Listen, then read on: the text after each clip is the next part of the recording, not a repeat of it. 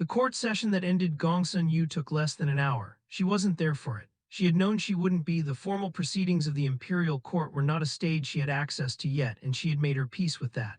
She had done her work. She had built the case. She had put the evidence in the right hands, and the right hands had done what they were supposed to do. She learned what happened through Bai Yun, who had sources everywhere and reported with the precise economy of someone who had been doing this for a long time. The emperor had entered the hall with the censor's findings already in his hands, had looked at Gong Sun Yu across the formal distance of imperial ceremony and said very quietly the specific words that meant you have been found out and there is nothing left to say. Gong Sun Yu had lasted approximately 4 minutes before he confessed. Not out of conscience, out of the survival calculus of a man who had spent his career calculating what things cost and had arrived finally at a number he couldn't pay. The evidence was complete. The witness testimony was corroborated. The financial records were authenticated. There was no version of denial that held up, and a man who knows he cannot win tends to pivot quickly to negotiating the terms of his loss. He confessed to the framing of Su Chengxiang. He confessed to the manufactured evidence, the forged letter, the arrangement with the Zhen family. He confessed to the role he had played in the destruction of a family that had been nothing but loyal to the crown it served.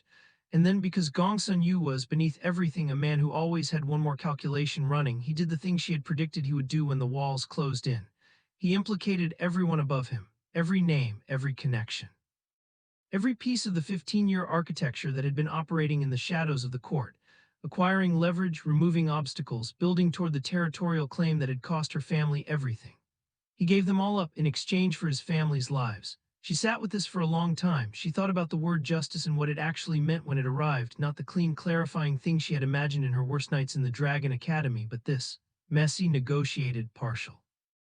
A guilty man bargaining his way to a reduced sentence. A family spared not because they were innocent, but because someone powerful decided they were more useful alive.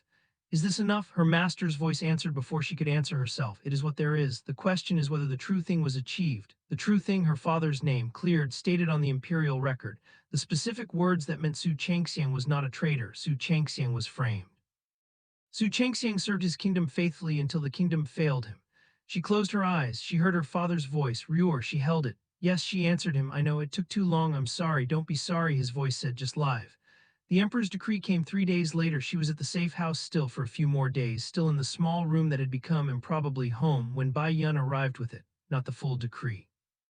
A summary delivered verbally because the full formal reading would come later in the appropriate setting, but the summary was enough.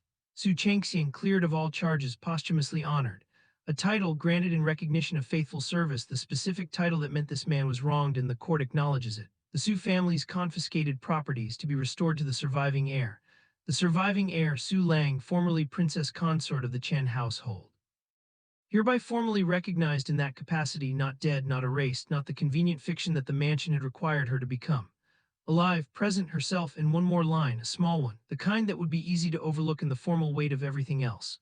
The young Prince Yingming, crown prince of the Chen household, is hereby recognized in his succession rights to be administered in accordance with imperial law. She read this last line 3 times, then she put the paper down.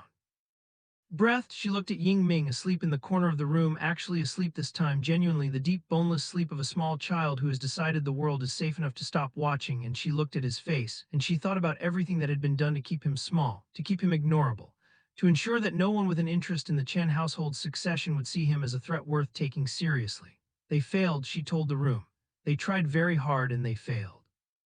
She picked up the paper again, to be administered in accordance with imperial law. He was safe, not because she had asked nicely, not because someone had decided to be generous, because she had built a case so complete that the only response was to restore what had been taken, and what had been taken included her son's future. She set the paper down. She looked at her hands. They were steady.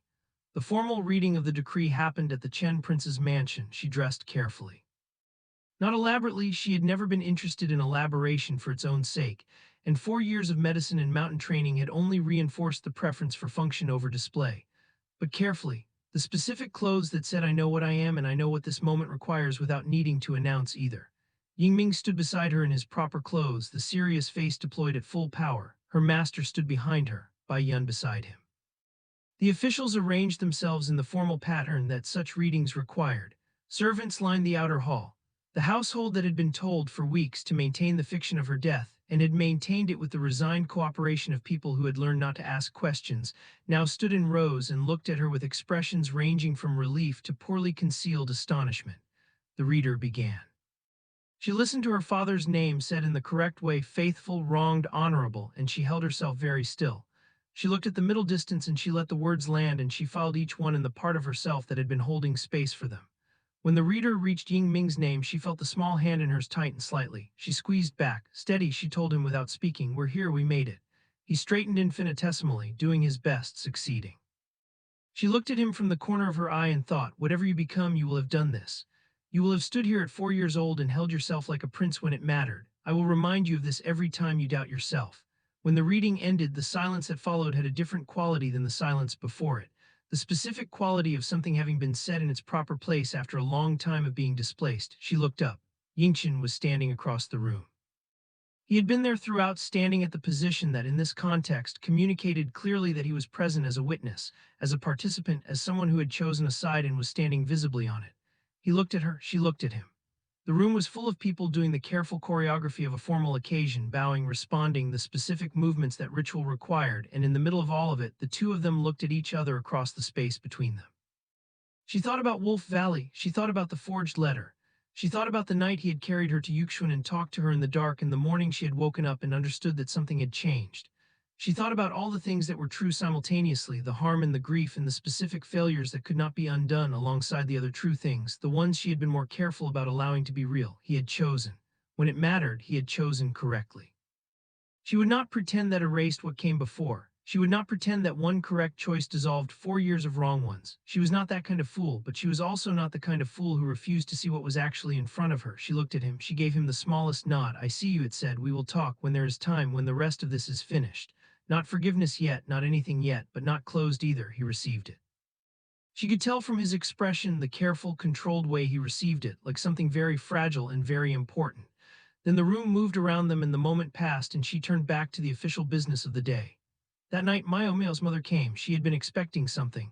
Not this exactly, but something, because Mayomeo never stayed still when her position was threatened, and her position was now very threatened. The woman arrived in the outer courtyard with her face arranged in the expression of someone who has decided on a strategy and is executing it, humble, apologetic. The performance of a mother who is simply worried about her child, who wants nothing but peace, who hopes the princess will be generous. Su Lang received her. She sat and listened to the appeal, the careful construction of it, the places where real feeling leaked through the performance and made it briefly genuine, and she let the woman finish. Then she said, Mayomeo will remain in the palace under the current arrangement. She's not in danger, she's not being harmed, she's simply contained while the investigation concludes. The woman's expression flickered. But your highness, Mayomeo has nothing to do with what Mayomeo did and didn't do, Su Lang said very evenly, will be determined by the investigation, not by me. I have no interest in punishing her beyond what the process determines is warranted. She looked at the woman. What I have is a responsibility to ensure that the process reaches its conclusion without interference, that is all. The woman looked at her. She was trying to read Su Lang's face, looking for the soft place, the exploitable angle, the thing that could be leveraged. It was what she had always done, and it had worked before.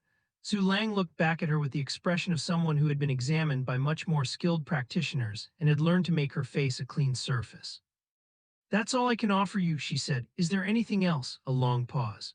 No, the woman said. Thank you, your highness. She left. Su Lang sat with the quiet for a moment. She thought about Mayomeo, about the woman who had spent 4 years as the visible face of everything that had been done to her, who had been genuinely a weapon, skilled, precise, devastatingly effective, and who had also been, underneath all of that, someone being used. She thought about the difference between the two things and whether it mattered for purposes of accountability. She decided both can be true. She can have been used and she can also be responsible for her choices. Those are not mutually exclusive. She rose. She had work to do. 2 weeks later, the Zhen family fell, not all at once, not in a single dramatic collapse. The way these things actually happened, piece by piece, as the full weight of the evidence reached the people with the authority to act on it, as the Gongsun confession was cross-referenced against the financial records and the territorial documents and the letters that Chuoba Nanfeng had left with her master before departing.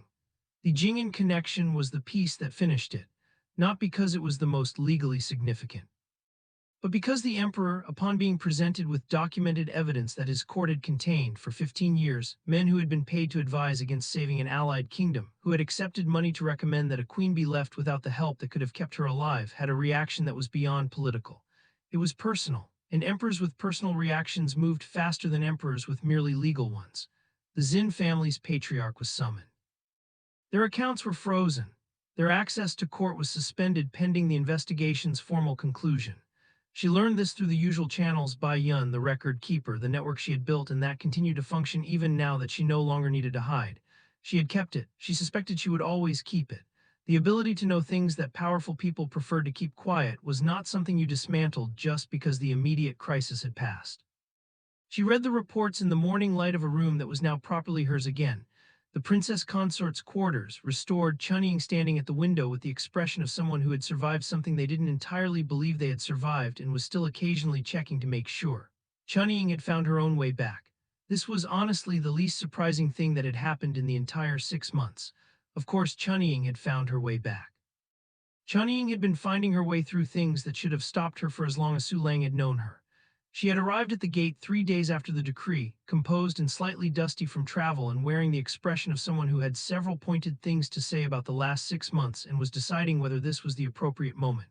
Su Lang had looked at her and said, "Not yet, later, come in." They had not yet had the conversation they would. But right now, Chunying was standing at the window with her jaw set and her eyes bright, and that was enough for this morning. "The Zhen family's patriarch has been summoned," Su Lang said, setting down the report. "I heard." Chunying turned from the window. "Will they fight it?" "They'll try." She looked at the document. "They have fewer resources now. The court friends who were protecting them are protecting themselves. The patriarch is old and the family's unity was always dependent on his authority. Without him free to act," she set the paper down, "they'll fracture. They always fracture when the central piece is removed." Chunying was quiet for a moment. "Is it over?" she asked. Su Lang looked at the window, at the morning light coming through it. At the courtyard beyond, the peach blossom trees she had passed beneath in the dark 6 months ago with her son on her shoulder, and everything she'd built in the previous 4 years in ruins, and everything she was about to build still entirely theoretical. "The main part," she said. "Yes, and the rest." She thought about Mio in her palace room, still planning. She had no doubt about that, because Mio would always be planning. It was as much a part of her constitution as her heartbeat. She thought about the pieces of the Zhen family that would survive the patriarch's fall and would need to be watched and managed and eventually neutralized. She thought about the conversation she still needed to have with Yingchen. The long, honest, undefended conversation that two people who had harmed each other needed to have before they could figure out what came next. She did not know what came next. She was, for the first time in years, genuinely uncertain, and she had decided that this was not a problem to be solved but a space to be inhabited until it clarified itself. "The rest," she said, "we handle as it comes." She went to her parents' graves on a morning when the weather was clear, not with ceremony. Not with the formal apparatus of official mourning, which would come later properly with the restored title and the imperial acknowledgement and all the correct ritual that the situation required. Just herself. Ying Ming, who had asked to come and been told yes because there was no reason to say no. Her master, walking beside her in the comfortable silence of two people who had spent enough time together to not require words. The graves were in the outer district, her family's traditional burial place, which had been maintained through everything, because the officials responsible for such things had either been too cautious or too decent to desecrate it. She stood at her father's grave. She looked at his name cut into the stone. She thought about every conversation they had never gotten to have. She thought about what he would have said when she told him what she'd done, the specific quality of his satisfaction. The way he expressed pride by not expressing it directly but by asking very precise questions that demonstrated he understood exactly what had been achieved.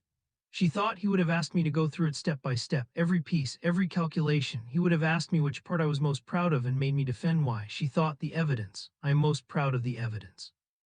Not the plan, not the execution. The evidence, the patience of it, the 6 weeks of thread pulling, the refusal to move before it was complete. She thought he would have agreed. And then he would have told me what I missed, and we would have argued about it for an hour, and I would have been completely happy. She felt it, all of it, the grief and the love and the specific ache of conversations that couldn't happen, and she let it be real, the way her master had always said you had to let things be real before you could set them down. She set down the flowers she'd brought. "I found it," she said quietly, to the stone, to the name, to the man who had stood at a gate years ago and tried to stop something he could see coming. "The whole truth, it's on the record now. Your name is on the record, the right way." She straightened. "You were right about him," she added after a moment. You were right and I was wrong and I'm sorry it cost what it cost. She paused. I'm not sorry I went in there, she said, because of Ying Ming, but I'm sorry I didn't listen harder. Ying Ming, standing beside her with his hands clasped in front of him in the patient stance of a 4-year-old who has been told this is a solemn occasion and has taken this information very seriously, looked up at her. Are you done talking? He asked, not impatiently, just checking. Almost. She looked at the grave one more time. Yingming will know your name, she said. I'll make sure of it. Every story, every conversation I can remember. She paused. He's going to drive you mad, by the way. He asks questions the way you did, exactly the way you did, she breathed. Thank you, she said, for everything you tried to do, even the things that didn't work, especially those. She stepped back. She took Yingming's hand. She walked away through the morning light, her master beside her, her son's hand in hers, the graves behind her and the city ahead. So while Weiwei is out here playing three-dimensional chess with half the imperial court, Yuan Qingli is back at the estate having a full crisis about a bowl of noodles. No, seriously. He came back from everything that happened on the mountain and Weiwei, our girl, the reborn queen, sat him down and personally cooked him a bowl of noodles. Long noodles. The kind that symbolize long life. She slid the bowl across the table, stood up straight, and said, Sir, I have no way to repay you, so I'll personally cook you something. And Yuan Qingli, this man who has seen battlefields, political schemes, power struggles, looked at the bowl, looked at her, and said, Thank you, in the tiniest voice, like a man who has never once in his life had someone cook for him and didn't know what to do with the feeling. Pause, but then his brain turned back on and he said something that shifted the whole mood. Princess, I am not someone you can understand easily. I don't wish for you to do so much on my behalf.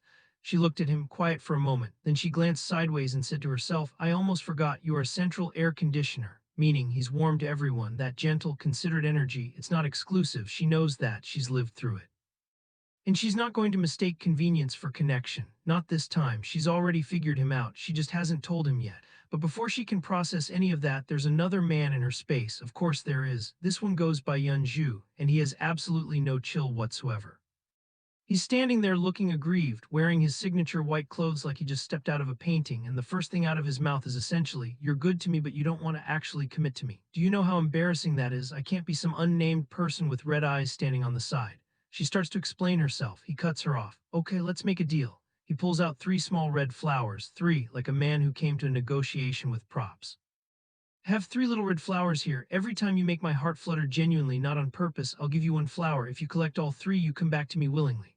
She stares at him. He continues, completely serious. And if I manage to make your heart flutter 3 times first, then you're mine. That's the game. Pause. Weiwei processed this, looked at the flowers, looked at him, and thought to herself, I have never once in my life had my heart flutter for anyone 3 times.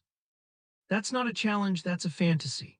Yunju read her expression perfectly. I love you, he said simply, but I won't embarrass myself chasing someone who won't catch me back. And then he left, just walked out, flowers and all, and she stood there in the silence of that room, and for the first time in a while she didn't have an immediate counter move, because he didn't attack her, he didn't threaten her, he didn't scheme, he just told her the truth and made it a game she didn't know how to lose gracefully. That's a different kind of dangerous. Meanwhile, separate storyline, same orbit. Sun Yu is sick. Sun Yu runs an operation. She's got product, she's got drive, but she does not have people. She's sitting in bed looking like a general who just ran out of soldiers, and she tells Weiwei she needs at least 100 workers. Immediately, Weiwei doesn't even blink. I'll give you 150. And I have just the people. Cut to a room full of men who used to bully Sun Yu back in the day, people who made her life difficult, who took advantage of her when she was weak. Weiwei sits them all down at a table full of food, completely relaxed, and she says essentially, if you want to be here, stay. If you don't, the door's open. No pressure, no drama. Take a seat or leave. One of them gets brave, puffs up his chest and says, Princess, you've got a real big attitude. Walking in here like you own the place. I've been running things longer than you've been. Weiwei cuts him off with one sentence. I went through the financial records of the Moonmother Enterprise. One look was enough to see that you've been stealing from the family treasury and hiding it behind the noble family rules, so we can discuss what you'd like to do next, or we can talk about that instead, your choice. Pause. The room went very quiet. Every single one of them stayed. Because that's Huawei's actual move. She doesn't raise her voice. She doesn't threaten dramatically. She just lets you know calmly that she already has everything she needs to destroy you. And then she offers you a way out that benefits both of you. You can fight her if you want. But why would you? Sun Yu, watching this from her sickbed later, said it best. You were supposed to be my competition. You even beat me to the flower market scheme I was planning. Are you also a transmigrator? Huawei told her she wasn't, but she'd help her. Because in a past life she didn't talk about, Sun Yu showed her kindness she never forgot. Sun Yu didn't push for details. She just accepted the jade pendant Huawei offered and said, Protect me, I'll help you with everything else.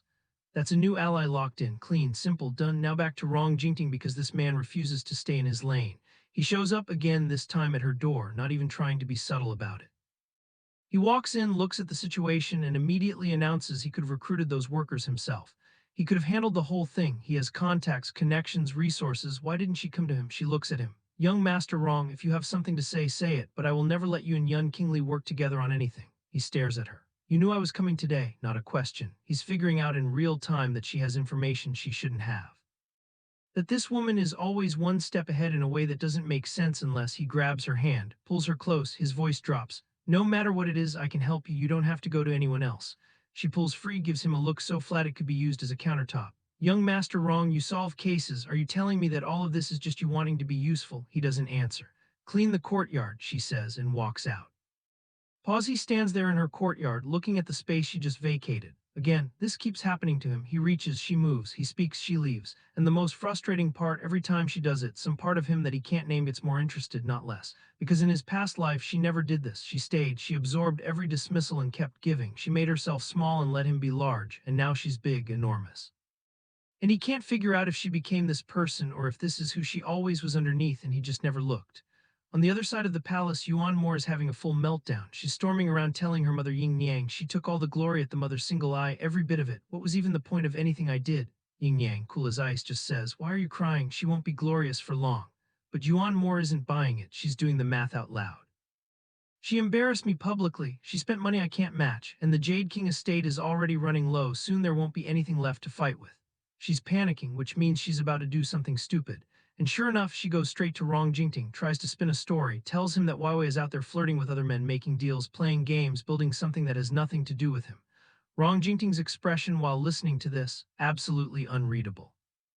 Then he says she would do that. Of course she would. That's important, actually. And Yuan Moore realizes she just handed him information that made him more interested in Weiwei, not less. She wanted him angry. She got him invested. This is the problem with scheming against someone like Weiwei. Every move meant to weaken her ends up highlighting how interesting she is. Now Rong Jingting corners Weiwei again, properly this time. He drags her not violently but firmly into the courtyard, away from everyone, and he leans close. Why didn't you come to me? Low voice, almost injured. She blinks. For what? For anything. He's searching her face. Whatever ability you have, whatever you're planning, you keep going to everyone else. Why not me? She looks at him the way you look at something you've already solved. In her past life, she thinks every time he helped someone, he had this exact expression. The one that looked like sincerity, like genuine care, and she believed it every time. She smiles, thin and controlled. Young Master Rong, we noble ladies choose our allies based on timing and usefulness. You came to the mansion first, that's your only advantage. Don't confuse first place with the right place. His face goes very still. So, he says slowly, you're saying you've always preferred someone else, I just appeared first. She doesn't confirm or deny it, she just holds his gaze. And something in him shifts, goes cold and then immediately hot in a way that makes absolutely no sense to him. He steps closer, voice quieter. Do you want to be Madame Wrong that badly? Then let's be honest with each other. Events have a sequence. You and Yuan Qingli, what's actually happening there? She tilts her head. What's happening with Rong Jingting and Rong Yangja? He freezes. She just threw his own deflection back at him, named someone he wasn't expecting her to name. And now she's leaning against the wall looking completely serene while he tries to figure out how she knows that name. I have a relationship with you, he says, and then barely controlled. Do you dare to actually hear what I want to say? Pause. She looks at him for a long moment. You are the person I hate the most. And she leaves. This time he doesn't just stand there looking at the door. He sits down heavy. Because that sentence said without heat, without drama, just stated like a fact, hit somewhere he wasn't guarding. She doesn't hate him the way people hate strangers. She hates him the way people hate someone who specifically, personally, knowingly hurt them, and he needs to figure out how she knows what he did. Then fate decides it wants to be dramatic. Weiwei is out on the street in a carriage, and through the window she locks eyes with someone. A man standing in front of a building called the Renjai Post Office. His name is Shi Jeshu. She knows that face. She knows it in her bones, and that way you recognize someone you spent years fighting alongside. Because in her past life he was her senior brother, her second husband, a general, the most physically powerful man in her orbit and the most emotionally oblique. The carriage rolls past and the window between them goes dark. Her hand moves to her chest, like the impact was physical. Pause, because here's the thing about her senior brother. In the past life after she died he was disfigured, an accident in battle, or maybe not an accident at all, half his body destroyed. And through all of it, through all the pain and damage, he never once asked for help, never showed weakness. Just endured it alone the way he endured everything. She watched it happen and couldn't stop it. And now he's here whole, walking around with that same impossible face and that same posture that says I need no one. She closes the carriage curtain, tells herself to breathe. But the universe, being the chaos engine it is, puts them in the same room the very next day. She didn't plan for it. She walked into her own quarters and he was already there, being introduced as a new member of staff, because of course he was. Of course the general she married in her past life ended up assigned to her princess mansion in this one. And the moment she sees him, she goes into full performance mode, keeps her face blank. Acts like he's a stranger, focuses very hard on a jade pendant across the room. He speaks first, calm, measured, like he always is. I've never met the princess before, and yet she seems afraid of me. Why? She scrambles for an answer. I heard about you from someone in Niuji, they said. She clears her throat. They said you were frightening to look at. He stares at her, completely expressionless. Then, that's the reason I'm afraid of blood, she adds. You look like a ghost. Naturally, I'm afraid. He is immediately offended, not loudly, just internally visibly displeased in that specific way of someone who knows they're considered attractive and is being told they look like a corpse. He drops the jade pendant, steps back, and something in his face closes off completely. She escapes. Pause outside. Rong Jingting is waiting, because of course he is, and before she can process what just happened in there, he's already beside her. What did he say to you? You look terrible. She doesn't answer. He reaches out, adjusts something on her sleeve with a familiarity that she doesn't call out, and says quietly, I'll give you something to help you sleep, a charm, keep it with you. And then he steps back like he didn't just do something genuinely kind. She thinks, in my past life, every time he did something like this, he had an ulterior motive. Then she thinks, but the charm always worked. She pockets it. That night she slept badly anyway. Not because the charm failed, because she dreamed, something unspecific but heavy, the kind of dream that leaves fingerprints. She woke up in the dark with her heart going too fast and her arms around something warm. She looked down. Rong Jingting. Somehow at some point in the night she had grabbed him in her sleep. And he was sitting there, frozen, holding very still like a man who had been caught doing something and was pretending he hadn't. She let go immediately. He cleared his throat. Then, just before he could compose himself into something dignified, he remembered he hadn't brushed his teeth yet and stopped his hand mid-reach toward her forehead. Some battles are won with armies, some are lost to morning breath. He stood up, fixed his collar, said with tremendous professionalism, good morning, and walked out. Pause. Weiwei sat in bed for a long moment after the door closed. Could it be, she started, then impossible, then quieter, he doesn't actually like me. It can't be that simple. Then her own brain said, girl, be confident, remove him from the suspect list or don't, but make a decision. She got up, got dressed, told herself this was not going to affect her plan. It affected her plan a little. Back to the senior brother situation, because it escalated. He's been stationed in her mansion now, that's his assignment, and Yuan Hua, who runs the internal affairs of the household, is having exactly none of it. Yuan Hua sat him down. Very politely, with the energy of someone who will absolutely ruin your life if you give them a reason. Do you know why the Empress sent you here? Senior brother started to answer. Yuan Hua cut him off. You're a general with a title, you have status, you have rank, but inside this mansion you are an ordinary person. Whatever you are outside those walls, here you answer to this household. Senior brother stared at him, not used to being spoken to this way, not even slightly. Yuan Hua continued, completely unbothered. Weiwei hates people who frighten her. I suggest you keep that in mind. Guards, confiscate the iron tea from his hands. Senior brother bewildered. What did you say to Weiwei about me? Yuan Hua sweetly, just that you'd better remember her likes and dislikes. She's not afraid of dead people, by the way, just people who look like them. Pause. Senior brother gritted his teeth. There won't be a next time, he said finally. Like a man surrendering a battle he didn't expect to lose. Yuan Hua clapped his hands once, satisfied, wonderful, and before you even think about returning to the Yin Kingdom, remember that everything you do here reflects on this household. Do not step out of line. He left. Senior brother sat there with the expression of a decorated military commander who just got managed by someone half his size and couldn't figure out how to respond to it. Which honestly, same. Then things got physical, and not in a fun way. Weiwei was visiting Sun Yu's shop, walking in through the front door when a shopkeeper came around the corner carrying a massive pot of boiling oil, not carefully, the kind of scene that ends badly. She didn't even have time to react. Rong Jingting came out of nowhere, grabbed her, spun around, and took the impact himself. His hands. She looked at his hands, burned, shaking, clearly in pain, and something locked in her chest. Because this is the thing about Rong Jingting that she knows and doesn't want to know. In her past life, it wasn't all betrayal. There were moments like this. Moments where he put himself between her and something terrible without thinking about it, without calculating, just moved. Sun Yu came running out, took one look at the situation, looked at Rong Jingting's hands and announced she was going to track down whoever was responsible. Weiwei sat him down, started bandaging his hands herself. He watched her with this expression she wouldn't look at directly. After a while he said quietly, Yuan Zingwei, when will you remember that I'm yours? Pause. She tied off the bandage, stood up, didn't answer, but her hands had been careful, precise, like someone who cared about the result and didn't want to admit it. He noticed, of course he noticed. Later, she's back in her quarters doing her hair. He's there too, somehow again just present, and the atmosphere has this charge to it that neither of them is addressing. She looks at his reflection, at the bandaged hands, at the way he's sitting like he'd stay there indefinitely if she didn't make him leave. And she thinks in this life he's supposed to be a servant, that's his assignment. Is any of this intentional? Is he here because he was sent, or is he here because he remembers? And if he remembers, what exactly does he remember?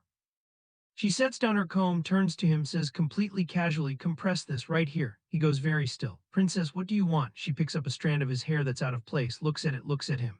A lot of things, she says. He leans forward just slightly, too close, and says, voice completely unraveling, has happiness come this suddenly? She looks at him for one full second, then she turns away.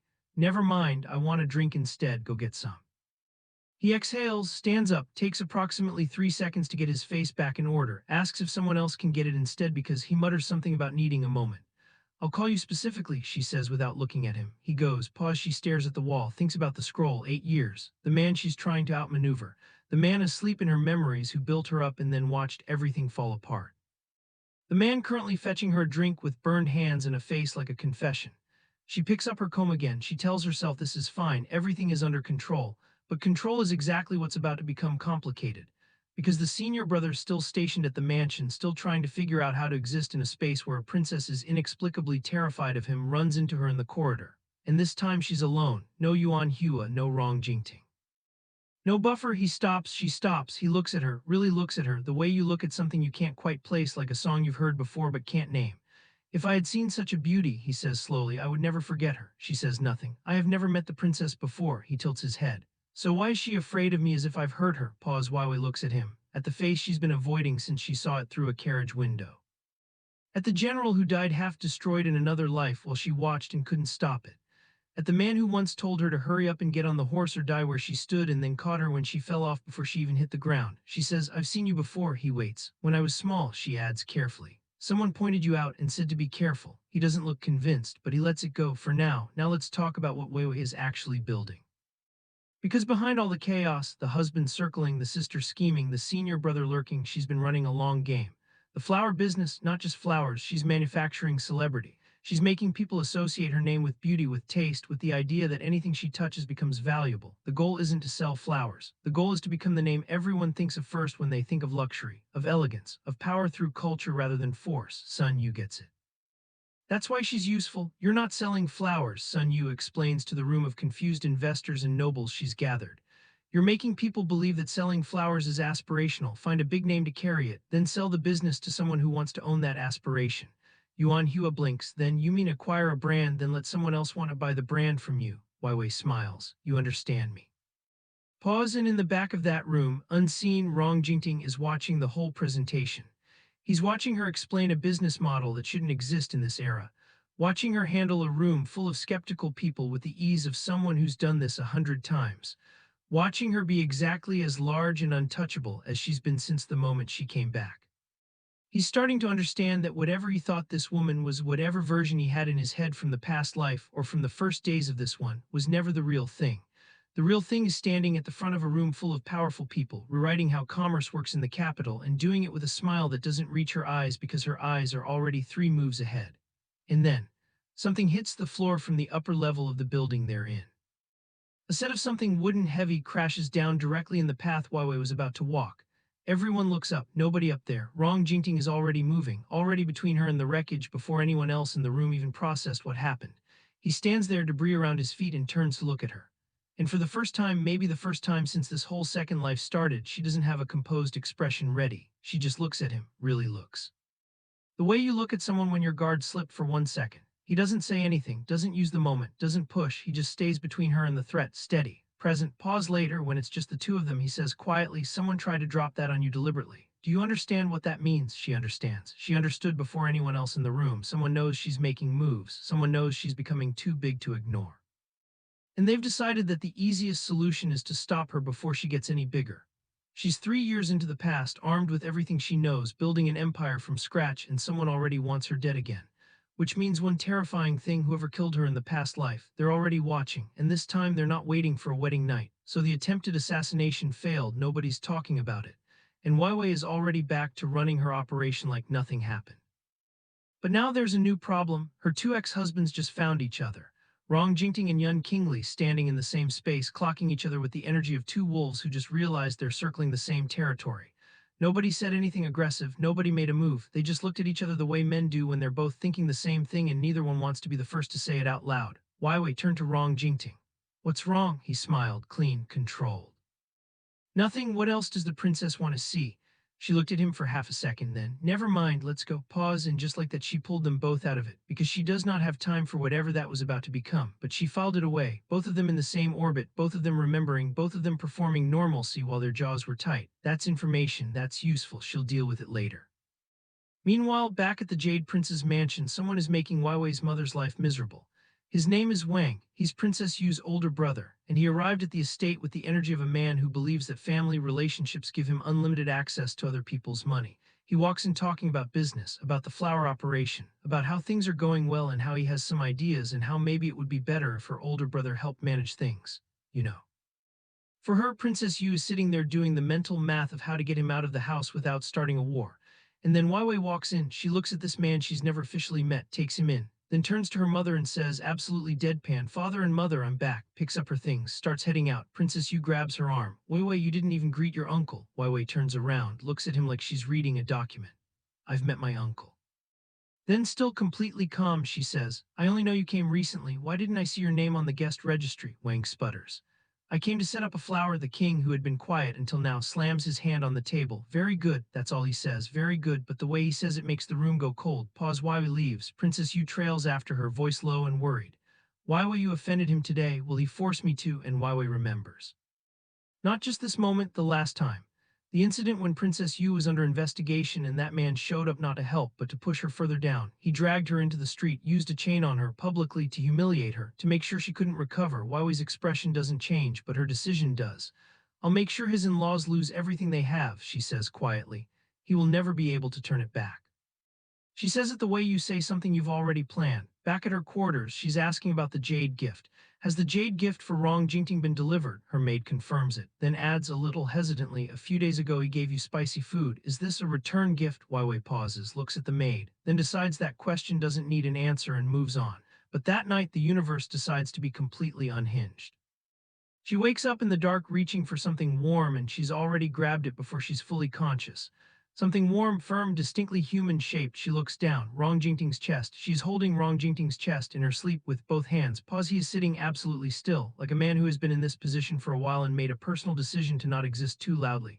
She lets go, sits back, says nothing. He clears his throat, says nothing. There's a long moment of two people pretending the last 30 seconds didn't happen. Then he reaches for her forehead to check if she's feverish, or maybe just because his hands moved before his brain caught up, and stops himself cold. Because he remembered he hadn't brushed his teeth yet, he pulls his hand back, straightens his collar, composes his entire face in real time, then says with the dignity of a man who absolutely does not have feelings, "Good morning," walks out.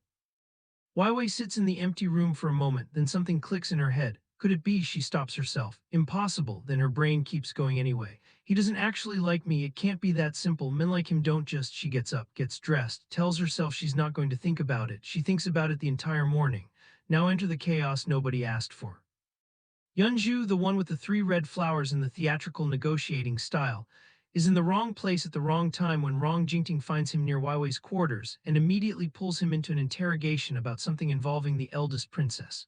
The details are messy, but the short version is, Yunju is apparently running an errand for the eldest princess. Rong Jingting found out, and his brain immediately went somewhere it had absolutely no business going. Rong Jingting's battle mode switched on by accident. He grabbed Yunju's hand, slammed it on the table. What exactly did you do with the eldest princess? Yunju stared at him. She just asked me to bring something back. Why are you? Who taught you to do that? The eldest princess paused. The room went very quiet. Rong Jingting processed this, let go of Yunju's hand, then said in a voice that was trying very hard to sound normal, did you replace her? Yunju looked at him for a long moment, then, let me go find you a talisman to investigate this. You have lost your mind. Rong Jingting grabbed his arm. If anyone finds out about this, nobody is finding out anything because nothing happened. Yunju pulled free, then with actual sympathy, Rong Jingting, people's hearts change. You can't hold on to something by gripping it tighter. Rong Jingting went still. Yunju patted his head. Like a man consoling someone slightly younger and significantly more confused. You're just a foot soldier on your own path right now. Figure out where you're marching before you start asking about someone else's map. Pause. Then Rong Jingting did something nobody predicted. He grabbed Yunju's hand, put it on his own chest, right over his heart.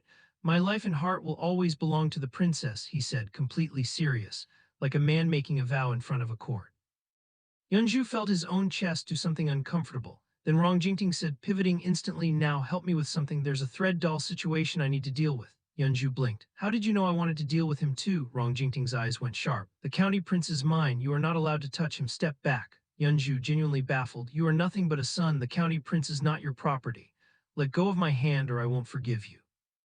Yunju let go of his hand, then stood there processing what just happened, because somehow in the span of 3 minutes, Rong Jingting had made a declaration of eternal love and established territorial claim over a county prince and threatened someone. This man contains multitudes. Speaking of the county prince, this guy has decided that Weiwei's flower business is personally offensive to him. He walks into a meeting with Yuan Qingli wearing the expression of someone who thinks condescension is a personality. He says, I heard the Yuan prince's business all depends on your help. I'd like to ask for your assistance too. Yuan Qingli looks at him. Your Highness is mistaken. The business is entirely run by the princess's hands. The county prince sneers. Don't be modest, Yuan Qingli. Your family is useless. Everyone knows it. You have some skill, but what great things can you accomplish with small fry? Yuan Qingli sets her teacup down. The Yuan prince's mansion may be struggling, she says, perfectly level. But that means every member of the household has to make their money work. The county prince should understand that kind of pressure better than most. Then she stood up, said she had somewhere to be, and left. Paused. The county prince sat in that room being destroyed by a sentence that sounded almost polite. Outside, her maid Chungseo was vibrating. Miss, everyone in the capital knows this is the first time Mr. Yuan has taken the initiative to come visit you. He came here on purpose with fresh color on his lips. This is unprecedented. Yuan Qingli didn't answer immediately. Then, the county prince invited me today, that's all this was. But she was still standing there, not leaving, staring at something Chungseo couldn't see. Then she reached out and grabbed Yunju's hand, who had appeared next to her at some point, and said quietly, You cannot be careless around the county prince's mansion. The person in my heart is not someone who can afford to be careless. Yunju turned to look at her. The person in your heart, how much do you actually know about me? She looked at his face, really looked, and then realized she was still holding his hand. She let go. Yunju watched her walk away, looked at his own hand. Looked at her retreating back. His maid appeared beside him. Sir, was it because she was looking at someone else's image? He didn't answer, just watched the space she left behind. Back at Weiwei's estate, and she's about to have the most chaotic afternoon of her second life. Because all three ex-husbands ended up in her building at the same time. Yuan Qingli was inside. The senior brother and Yunju arrived together from the outside, carrying dishes that Weiwei had sent them to deliver because she had somehow sent two different men on the same errand without telling either of them. Whether this was an accident or a social experiment, nobody can say. Rong Jingting is also there because Rong Jingting is always there. The senior brother and Yunju walk through the gate and see each other. Both of them got that feeling like looking in a mirror that's slightly wrong. Both of them involved with the same woman, both of them operating in the same space, both immediately calculating. Inside, Yuan Qingli sets down his teacup and says calmly, There seem to be people in the room, I'll go for a walk outside. Rong Jingting immediately blocks the exit. Young Master Yuan, have you already made this mansion your personal home? Yuan Qingli, completely unbothered. I am the guest, you are the host. Young Master Rong, are you being rude? Can you not tolerate company? Pause. The senior brother and Yunju, watching this from the doorway, looked at each other. Senior brother said, I am both host and guest here. Who exactly should I be helping? What started as a delivery errand had become a standoff between three men in a backyard, each of them pretending they were there for completely reasonable purposes, all of them completely failing to act normal. Weiwei walked out to the backyard and found all three of them cards abandoned on the ground, tension radiating off all of them like heat off pavement. She looked at the scene, looked at each of them in turn. What in the world are the three of you doing, playing cards back here? Nobody answered immediately. Yuan Qingli spoke first. Why didn't you let the servant announce me? I had to walk in alone. I can't bear to make you wait, she said, completely flat. He looked at her. Something warm flickered in his expression before he locked it down. I just remembered I hadn't walked the garden yet, wanted to take a look around. She turned to Yunju. And you? Delivery, he said, held up the dishes. She turned to Rong Jingting. He spread his hands, gestured at all of it. I'm just also here. She stared at him for a long moment. Then she turned around and went back inside, because there is no response to that sentence that leads anywhere productive. But here's what she found when she went back inside. Her study had been entered. Someone had been in there, going through her things, looking for something. Her maid Chung Kiao caught the intruder mid-search, a woman creeping around the shelves, rifling through documents, and the woman bolted straight past Chung Kiao and out into the corridor. Weiwei didn't panic. She looked at the space where her things had been disturbed and thought they were looking for the plot schematics, the flower business framework, the financial model. They didn't get it, but they came close enough. She looked at Chung Kyo. Did you see her face? Yes, miss. Good. Pause, because here's the thing. The woman who broke into her study, she was from the county prince's mansion, which meant the county prince wasn't just being generally unpleasant. He was actively trying to steal the blueprint she'd built. And he was willing to send someone into her private quarters to do it. That changed things. This isn't just competition anymore. He's declared war. He just doesn't know she already knows. And then the auction happened, and it was a spectacle. The flower fabric, a special textile she'd had designed as part of the whole celebrity branding operation, went up for sale at a public exhibition. One of a kind, culturally significant, exactly the kind of thing that wealthy nobles would destroy each other over. The county prince showed up personally, because of course he did. He wanted it. He'd seen the design. He'd sent someone to steal the schematics and failed. Now he was going to buy it instead and own a piece of what she built right in front of everyone. Bidding started, prices climbed, and then a mystery bidder, someone from Beixiang, anonymous, but the number they kept raising by was precise, specific, not desperate, not impulsive, calculated. The county prince got suspicious, started bidding higher and higher, trying to force whoever it was to back down. The Beixiang bidder matched him every single time. Who is that? The county prince demanded. Who is talking against me? His man came back. Young master, the Beixiang bidder is, it appears to be connected to young master Rong. Pause. Weiwei heard this from across the room, and her face went very still, because what exactly are they trying to do? Rong Jingting buying the fabric in her name essentially at 10 times the original price. That's not a business move, that's a statement. A loud, public, expensive statement made in front of every noble in the capital. She looked across the room and found him. He caught her looking, didn't look away. She looked away first, and thought, when is the price not good? What is he actually doing? Then Yuan Qingli got a fever, not metaphorically, literally. She collapsed somewhere between the auction and the ride home, and Weiwei found out about it after the fact that Yuan Qingli had been feverish and unconscious, and Yuan Zhu had brought her back to the Fish King's mansion to recover because there was nowhere else to go. Weiwei walked in, found her sitting up in bed looking mortified about the whole situation. You had a fever. You went out in a carriage anyway. In the past, I could only bring you back to my own home. Weiwei sat down, poured tea. Mr. Yun's health is really something. You still need to find someone to take care of you. Yuan Qingli looked at the tea in her hand. Is that for me? I wanted to drink it myself. Could I have some water? Weiwei didn't look at her. Sure. Pause. She passed her the tea instead, just handed it over without commenting on the contradiction. Yuan Qingli drank and then didn't think about it and just leaned sideways against Weiwei's shoulder. Weiwei went very still. Then she thought, this is fine. This is just someone who's sick and tired and doesn't have anywhere to lean. That's safer. This is nothing. Then Yuan Qingli looked up at her very close and said quietly, we've slept in the same space now. Does that count for something? Weiwei looked back, completely level. Mr. Yuan, don't rush. She reached into her sleeve, pulled out a small silver coin. I told you every time your heart moves, you give me a silver. Do you remember? Yuan Qingli's face went red. Fast, like someone who had been playing it cool for weeks and just got ambushed. Weiwei reached out, gently pressed 2 fingers to the center of her chest, right over her heart. It's beating very fast here, she said, still calm, observational, like she was reading the weather. Is it moved, Mr. Yuan? Yuan Qingli looked down, could not speak. Then Weiwei said, before you recover, stay here, don't go outside. Yuan Qingli looked up, confused. Why? Because the Silver King's men are outside the gate, Weiwei said simply.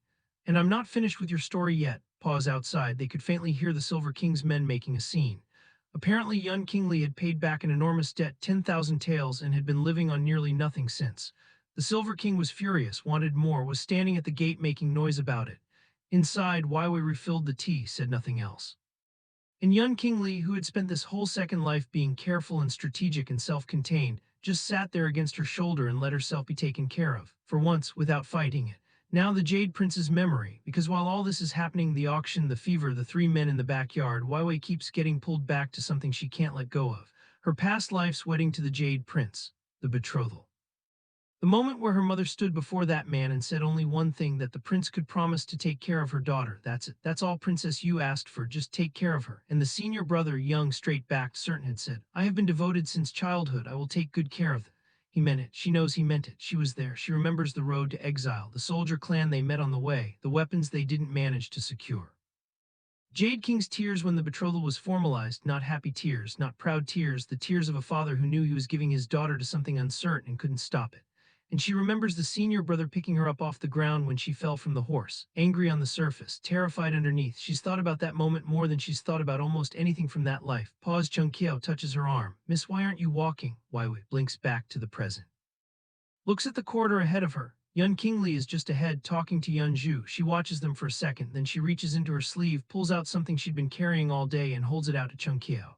Give Mr. Yun this, then go to the side. She throws a look over her shoulder. Don't let anyone disturb us.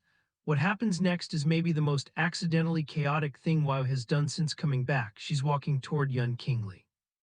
The gift in motion being delivered, and Yuan Qingli is focused on something else entirely, talking, not paying attention to his surroundings.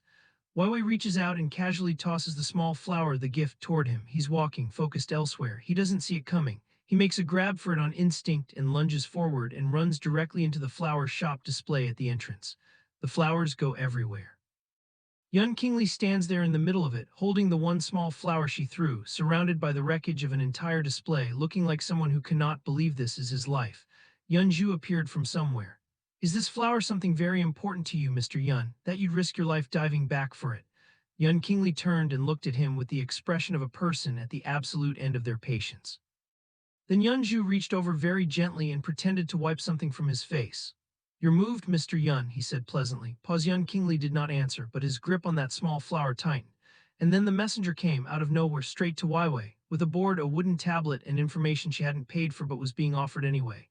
A man named Shi Jeshu, the senior brother, her second past life husband, standing right there, tablet in hand. County Prince has taken a liking to the flower fabric, he said. He's preparing to get it by any means necessary. She looked at the tablet, looked at him, he pressed. You already knew. It wasn't a question. She pointed directly at him. I want to use you, don't worry about the details, just know I'm going to pull him out of this completely.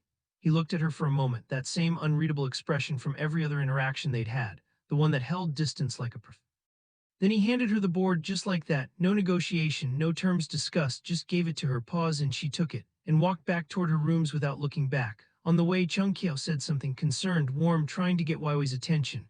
Weiwei didn't hear a word of it because her mind was somewhere else, back in the past life, back on that road to exile. Back to the moment she understood that the general who'd been assigned to protect her had actually genuinely been trying in the only language he knew, which was harsh and direct, and asked nothing in return. She remembered the Jade King's tears, she remembered the senior brother's vow, and she thought, in this life I already know what you're capable of. I know the man underneath the general. I know what you'll sacrifice without being asked.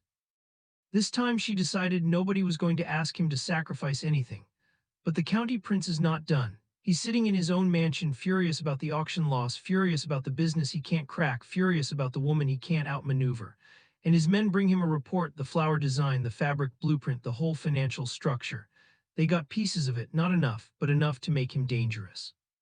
He looked at the fragments of information spread across his table. The young prince's mansion ran interference, one of his men said. They blocked us at every point. The county prince smiled, but it wasn't a happy smile. It was the smile of a man who has decided to stop playing by the rules of the game everyone else agreed to. If someone keeps blocking me, he said quietly, then I stop going around them. He picked up a cup, set it down carefully. Find out who the Silver King's people are connected to, and find out what Yuan Qingli actually owes. Because here's the thing about the county prince, he's been losing every direct confrontation, every auction, every negotiation, every social encounter. Weiwei walks away clean and he walks away embarrassed. So he's going to stop fighting her directly. He's going to go after the people she's protecting instead. And the first name on that list, Yuan Qingli, who just spent her last 10,000 taels paying off a debt, who has nothing left, who's currently sick, staying in the Fish King's mansion, protected by a woman who hasn't yet told anyone exactly how much she cares. Which means the county prince just found the one angle Weiwei wasn't covering, not her plans, not her business, not her alliances, her people. And Weiwei doesn't know yet. She's back in her room, carrying the wooden board with the county prince's intelligence. Carrying the weight of every past life memory she can't outrun. Carrying 3 red flowers she hasn't acknowledged, and 1 jade pendant she returned, and 1 bowl of noodles she cooked for a man who said thank you in the smallest voice she'd ever heard. She set the board down on her desk, picked up her comb, put it back down, looked at the window. Outside, the Silver King's men were finally leaving the gate. She could hear the noise fading, quiet returning. Yuan Qingli was still in the guest room. The senior brother was stationed somewhere in this building. Rong Jingting was somewhere being Rong Jingting, taking up space in her thoughts the way he always had without her permission. She thought about the scroll, 8 years. She thought about the man who was supposed to die. She thought about the county prince and his new angle. And she thought, I came back with every answer. I know every ending. I know every move before it's made. So why does it still feel like I'm one step behind something I can't see? Because here's what Weiwei doesn't know yet. The Silver King, the one whose men just left the gate, the one who's been bleeding Yuan Qingli dry, isn't working alone. Someone hired him. Someone pointed him at Yuan Qingli specifically years ago and made sure the debt was structured in a way she could never fully escape. And that someone isn't the county prince. The county prince is just the distraction. The real move has been running this whole time, quiet, patient, invisible, by someone who was in that room when Weiwei died the first time. Someone who made a promise to come back and kept it. The county prince thinks he's winning. He's been watching the Silver King bleed Yuan Qingli dry, he's been planting people in Weiwei's household, and now he's sitting across from her, actually across from her, trying to negotiate. Trying to use Sun Yu's shop as leverage. Saying that some money wasn't paid back, that there's been deception, that he'll need to handle this personally, that as long as she follows his suggestion. Weiwei turned her face away. That's it, that's her whole response. She just stopped looking at him. Pause, and the county prince sat there with his threat hanging in the air, going absolutely nowhere because the woman he was threatening had already decided he wasn't worth a full sentence. He left, furious, convinced he still has angles she doesn't know about. He doesn't. Meanwhile, at the Fish King's mansion, Rong Jingting is sitting with a book and pretending he's not paying attention to anything. His man Shikong walks in grinning and says very casually that the princess stayed overnight somewhere and then returned. Rong Jingting's response is immediate, doesn't look up. What does that have to do with me? Tell the man who got beaten up about it. Shikong says they already sent word to that person too. Rong Jingting slams his hand on the table. That princess is something else. She beats someone up and just walks out. Didn't even leave a message. Shikong very carefully. Maybe she told Yuan Qingli before she left. The room went very quiet. Rong Jingting looked at him with the expression of a man who just heard something that made the inside of his chest do something unreasonable. He called for his man Jiang Han, told him to go find out exactly what Yuan Qingli was doing, who he was with, where he was, every detail. Then he went back to his book. He did not read a single word of it. Now here's where it all falls apart. The county prince who lost the auction, lost the negotiation, lost every social battle he entered, finally snapped. He stopped trying to win through channels. He went straight to destruction. He sent people to sabotage Weiwei's carriage deliberately in public. Then when that wasn't enough, when that felt too small, he escalated to something that couldn't be walked back. He sent men to a village, Mandang village, a place that had been quietly connected to Weiwei's flower supply chain, farmers who had sold her flowers, people who had nothing to do with palace politics. His men tore through that village like it was nothing. Pause. Weiwei found out mid-journey. And for the first time in this whole second life, she didn't have a counter move ready, because this wasn't aimed at her reputation or her business or her alliances. This was aimed at people who couldn't protect themselves. People she had involved without fully thinking through what involving them would cost. Chung Kiao grabbed her arm. Miss, should we go to Rong Jingting or Yuan Qingli? Either one would. Weiwei was already moving. Neither, we go ourselves. But before they got anywhere, the village leader's men had already surrounded them. This man, call him Chicken Brother because that's the energy, was furious, standing there with the weight of an entire destroyed village behind him. He looked at Weiwei and said, measured and raw, you probably don't understand why we hate you so much. She went still. We were a good village, a real one, known for something, and then your flower craze hit and the noble families came flooding in. They harvested everything, took the land, dismantled the whole structure of what we were. Do you know how much we lost? Pause. Weiwei had no answer because he was right. She had set something in motion and hadn't tracked where the edges went. She saw the capital, she saw the market, she saw the money moving. She didn't see Mandang village until it was already broken. The leader of this crew, Sun Ming, didn't care about her silence. He picked up a rock, he was going to make it physical, and then a body stepped in front of her. Shi Jeshu, the senior brother, standing between her and the rock with the calm of a man who does this professionally. He turned back to the crowd, said quietly, except for the betrothal, she is my person. Sun Ming stared. He knew the senior brother. Everyone in that region knew who Shi Jeshu was, the great philanthropist, the general, the man who had poured resources into this area for years. That man had just called Weiwei his person. Sun Ming lowered the rock, but the situation wasn't resolved, it escalated. Because the village leader's second in command wasn't done, he grabbed someone, a hostage, and announced that nobody was leaving until terms were set. The senior brother draped his coat over Weiwei's shoulders, then looked at the situation.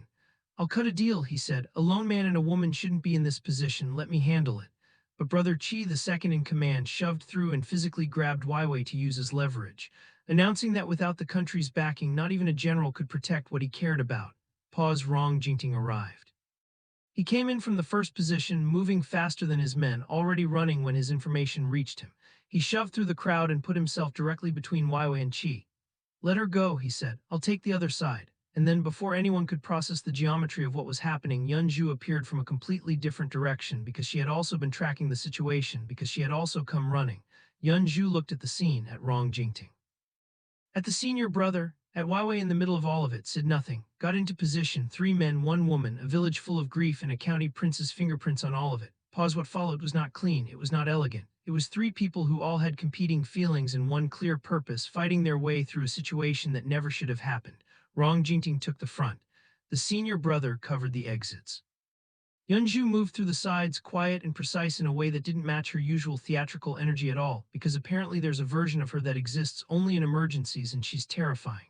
The county prince's men didn't last long, but here's what happened on the mountain while all of that was going on. Weiwei and the senior brother got separated from the group. Into the trees, into the rain, and he was carrying her literally on his back through the mountain in the dark. Because she'd been hurt not badly but enough and he just picked her up without asking and started moving, she gripped his shoulders. Your strength is impressive, she said quietly. He didn't answer immediately. Then, Princess, why do I always feel like you're trying to die? She almost laughed. You could be more confident in yourself, he exhaled. Die then, we can be a pair of headless sheep wandering this mountain together, she said softer. Dying with you would be a real depth of feeling. Pause, and she meant it, in a way she wasn't going to explain, in a way that had nothing to do with the character she was playing and everything to do with the woman who had watched this man sacrifice himself in another life and never recovered from it. But then the senior brother stopped walking, shifted her weight slightly, and said in a completely different voice, the person I hate the most in this world is you. She went still on his back. It's okay, he continued. The more you hate me, the more I'll hate you back. This is absolutely hateful, she thought, but she didn't let go of his shoulders. They found shelter, rain outside, quiet inside, and Weiwei made a decision. She'd been carrying something since the moment she saw his face through the carriage window, a plan that she'd built carefully, that she'd been waiting for the right moment to execute, something that required him to be off guard, something that required trust. She played a character, she called him brother. Childlike voice, confused eyes, said she was Zioyu, a name that made the senior brother's entire body go rigid because nobody alive should know that name.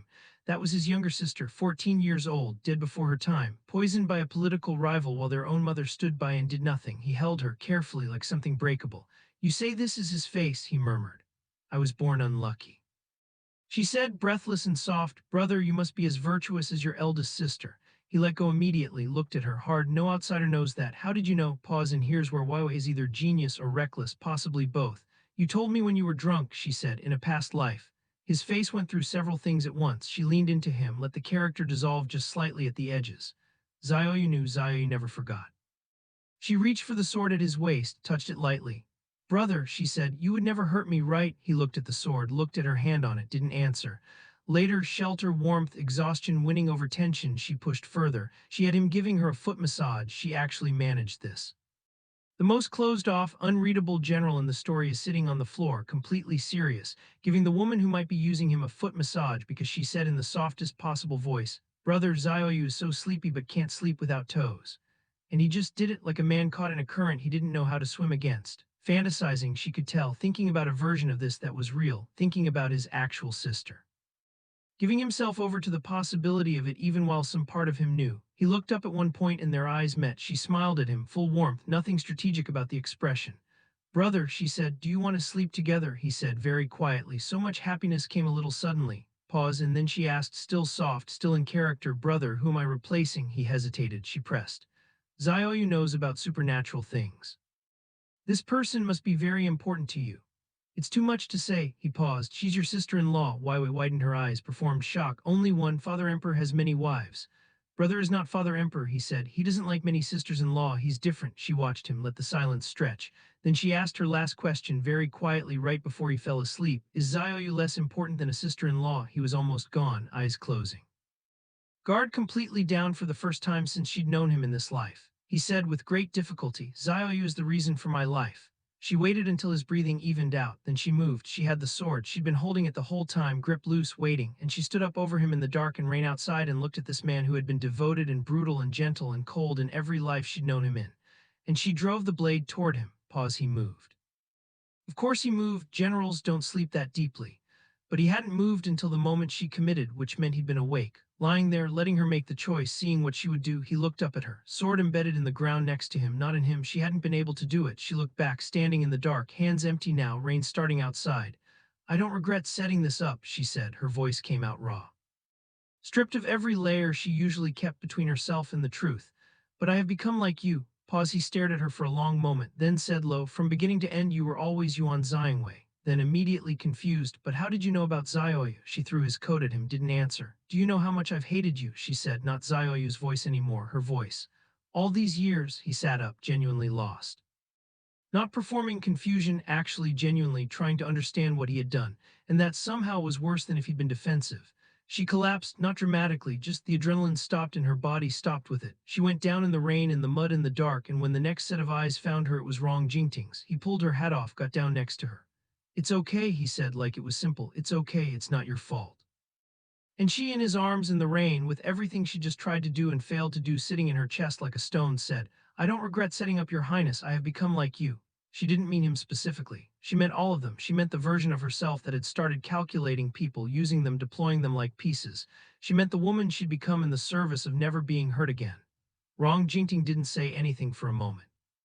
Just carried her back, paused back at the Jade King's palace. He put her down on the bed, looked at her in the dim light with an expression he didn't try to hide for once. "The year I became king," he said quietly, "I was dead for 7 years." A pause. "Someone told me once that you had a Huang Zifei, that she fell into the water." He looked at his own hands. That position, the assassin's role, was obtained by trading Huang Zifei away. And the person who spread that information called themselves your friend. Pause. The senior brother, somewhere on the other side of the palace, was being treated for his injuries. Sitting with Shitong next to him, staring at the ceiling, he asked unprompted, "If you killed someone and that person came back as a spirit, but was very polite about it, what would you do?" Shitong said flatly, "Kill a few more." The senior brother shook his head. "No, I want to kill them before anyone else does, so they can stay safely by my side."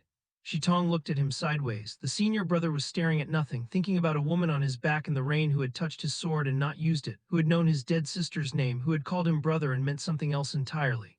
"He must have known all along," he murmured. Weiwei woke up to Rong Jingting's face immediately in hers. She pushed him back weakly. "When did this become your place to make decisions?" He grabbed her hand. "I'm your savior. I searched that mountain for 2 days and one night." "Then you haven't slept." "If you're not safe for one moment," he said, "how could I possibly sleep?" She looked at him, at the eyes that hadn't rested in 48 hours, at the hands that had moved faster than his men when he heard she was in danger, at the man who had made a declaration of eternal love to Yun Zhu using his own heartbeat as evidence and then immediately pivoted to threatening the county prince. Removed his hand from hers. "You're right," she said. "Death is the end. I'll be more careful." Then she turned away. "Where's your senior brother?" Pause. He blinked. Hadn't expected that pivot. Heard the shift in her voice when she said it. Something underneath the neutral tone that he couldn't name, but that landed somewhere in his chest. "Sun Yu's outside," he said finally. "Wants to know if you're warm." Sun Yu was already appearing in the doorway. "Princess, if your body is weak right now, it's too late." She looked serious, older than usual. "A few days ago, the Prince of Xi'an's testimony reached His Majesty, the soldiers from Mandang village, the whole situation." Weiwei sat up. "The old man," Sun Yu continued. "He was on the execution ground." Pause. Weiwei moved to get up. Rong Jingting stopped her. "It's too late." She looked at him. "They're already dead," he said. His voice was not unkind, but it was honest. "Beta, all of them." And Weiwei, who had come back from death with every answer, who had mapped out every move, who had built alliances and exposed schemes and outmaneuvered an entire court, sat there with her tears running and said, "It's all my fault." In the carriage, Sun Yu said, "These things are not what the princess wanted. She never intended this." Weiwei's face was dry now, but her voice was very quiet. "I was arrogant. I had ability. I pointed fingers at everything and thought I could move pieces without watching where they landed." She looked at her own hands. "That's why the village fell. That's why those people died. I didn't think far enough." Rong Jingting, sitting across from her, said nothing for a moment. "Then once it happens, you can't change it. But if you have this heart, if you carry it, then the people around you won't suffer the same way after today." She looked at him, this man.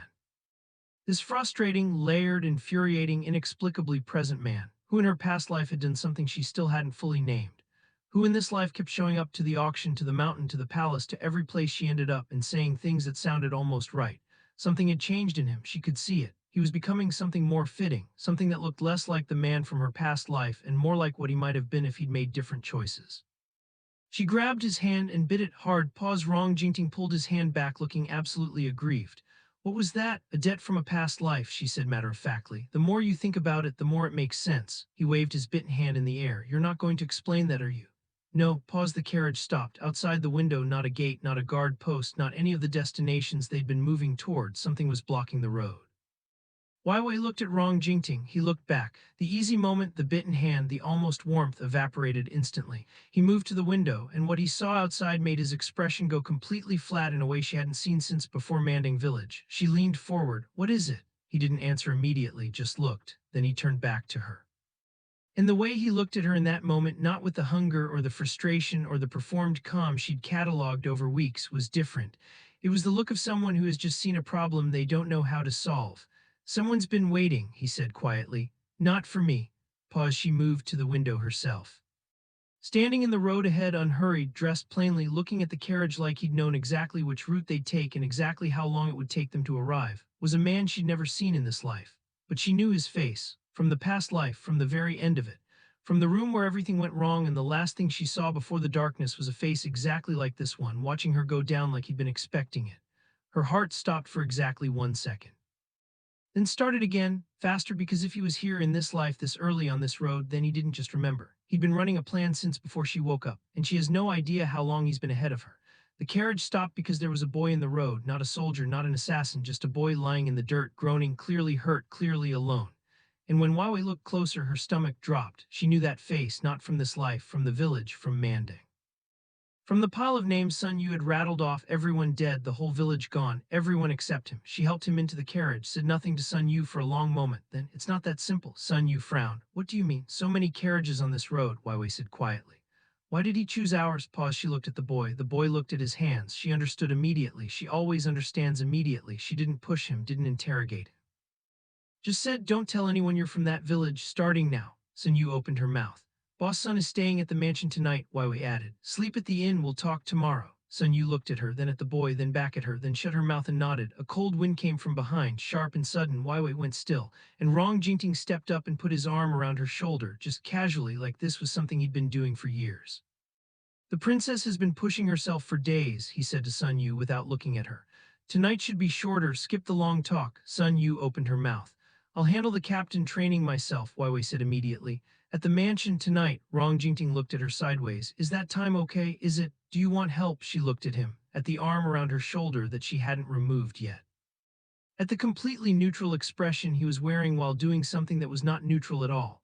"No," she said, "I'll do it myself." She stepped out from under his arm, started walking. He said under his breath to no one in particular, "Okay." Pause. She glanced back once. He was already watching her go, not hiding it, not pretending to look somewhere else. She turned back around and kept walking. That night she fell asleep in the carriage. She hadn't meant to.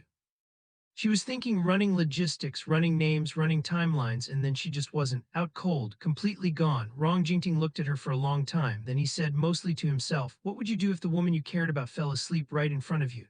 Then he answered his own question. "You'd watch her, obviously, that's all you've got." Then quieter, "I'm just a little bit of a believer." Sun Yu, who had witnessed this entire one-man conversation, said gently, "Princess, you overworked yourself. You didn't need to come out so early this morning." Weiwei was deeply asleep, did not respond. Sun Yu looked at Rong Jingting. He looked at the ceiling of the carriage. Sun Yu said helpfully, "It was young Master Rong who overworked her." Rong Jingting turned to her with the expression of a man who has been wronged by someone half his size and cannot respond appropriately. Now here's a scene that deserves its own moment because it tells you everything about where things are heading. Sun Yu and the boy from the village are sitting together, apparently doing some kind of test, asking each other questions, rattling off references, years, events, timelines. The kind of things that only make sense if you've lived in a different era and are trying to figure out if the person across from you has two transmigrators, both of them. Found each other by accident in a carriage pulled by a reborn princess. Sun Yu drew a circle in the air and looked at the boy. He said something back. She returned with a specific number. He matched it. They stared at each other. Then Sun Yu said to no one, "In the future when you travel through time, you need to match the case number first. Otherwise you just find each other by accident and have no idea." The female lead, watching this chaotic mutual recognition unfold, said flatly, "These days, time travel is already a standard feature." Posed the boy Ping and looked at Weiwei. "Since Mr. Sun believes me, I believe I can too. Princess, I'm willing to talk to you about the situation." He then proceeded to vibrate with excitement and launch into a full explanation of everything he knew. Weiwei stopped him with one hand. "You're too young. I can't imagine that someone born with this much imagination is useful to me right now." She held out her palm. "Ping and 50 taels," he blinked. "Why?" "Because you're joining my side, and everyone on my side pays a joining fee." She paused. "Actually, no, you owe me for the carriage, 50 taels." He looked deeply aggrieved. "Why does everyone else transmigrate and get a powerful patron, but I get the one who charges me?" Nobody answered him. On the other side of the city, Yuan Qingli is being asked questions she doesn't want to answer. Her man Kong, who has been watching her very carefully for weeks, finally just says it. "Mr. Yuan, do you miss the princess?" Yuan Qingli transformed her expression instantly. "Recently the weather has been cloudy." Kong did not accept this. "A merchant was trapped. Huang Zai's whereabouts are unknown. The princess's health has improved. You got dressed the moment you heard. You've been talking about her business for 3 hours. You said, and I quote, that you would personally make sure she gets the first one of the new purple towel. That's enough." Pa Shikong was quiet for a moment, then very carefully, Mr. Yun, the princess was hurt and you already know. Yun Qingli set down everything she was holding. She said nothing. She picked it back up, then set it down again. I can't wait any longer, she said and walked out. Back at the mansion, Yun Zhu is in the middle of a deeply questionable operation. She's got information from Qi Pinglin that there's a way to extract the truth from Rong Jingting. The trick apparently is that Rong Jingting will say anything if he believes the princess wants him to. So all Yun Zhu has to do is create the right atmosphere, say the right things, and he'll open up completely. This was the plan. The execution was a disaster. She got Rong Jingting into the right position, arm around his shoulder, soft lighting, practically a romantic novel setup, and then she said, there's a little trick. You're the princess's male lead, right? As long as she loves you, you can say anything, form a relationship, live out your life together. She turned around to gauge his reaction. He was gone. She stared at the empty space where he'd been standing. Then his voice came from behind her, from across the room, already fully dressed in what he apparently considered battle clothes, straightening his collar with the energy of a man who just received a mission briefing. Since the princess asked me to do this, he said calmly, I'll go and change. I'll be ready shortly. Yun Zhu looked at him, then at the spot she'd been trying to set up, then at him again. That is not what I said. I know what you said. Then why can't I make an appointment? Pause. Yun Zhu closed her eyes, took a breath, accepted that this man is simply built differently and there is nothing to be done about it. Meanwhile, Weiwei is drunk, not completely, but enough that she grabbed Rong Jingting's face with both hands and just held it there, looking at him like she was examining an artifact. He sat very still. I'm not guilty, she announced. I can still drink, don't let me fall again, he said with extraordinary patience. You've already fallen twice. She did not register this as relevant information. She let go of his face, reached for the wine. He moved it away. She looked at where it had been. Then she grabbed the front of his robe instead and said with great intensity, your people's status was all earned by stepping on my bones. He blinked. She kept going, getting louder, getting real. It's all your fault, all of it, because of you. She stopped, went quiet, like she hit something she didn't mean to touch. No matter how many times I take you through it, you still don't understand. Pause. Rong Jingting looked at her, at the drunk woman who was simultaneously furious and exhausted and more honest than she'd been since he'd known her in this life. He said, I know I was wrong. It came out without preparation, without performance, just said it. What would make a future king willingly submit to your anger, she muttered, not really to him, to herself. Or to the version of him from the past life that she was still arguing with. He said, I didn't want to do evil. I didn't expect things to go the way they did. I didn't plan for it to end there. She stared at him. Her hand went to his face again. This time she just pressed her palm against his cheek like she was checking if he was real. Then she passed out. The next morning she woke up and didn't remember enough or remembered too much. One of the two. Chungxiao said, young Master Rong asked me to tell you to go see whoever you want to see.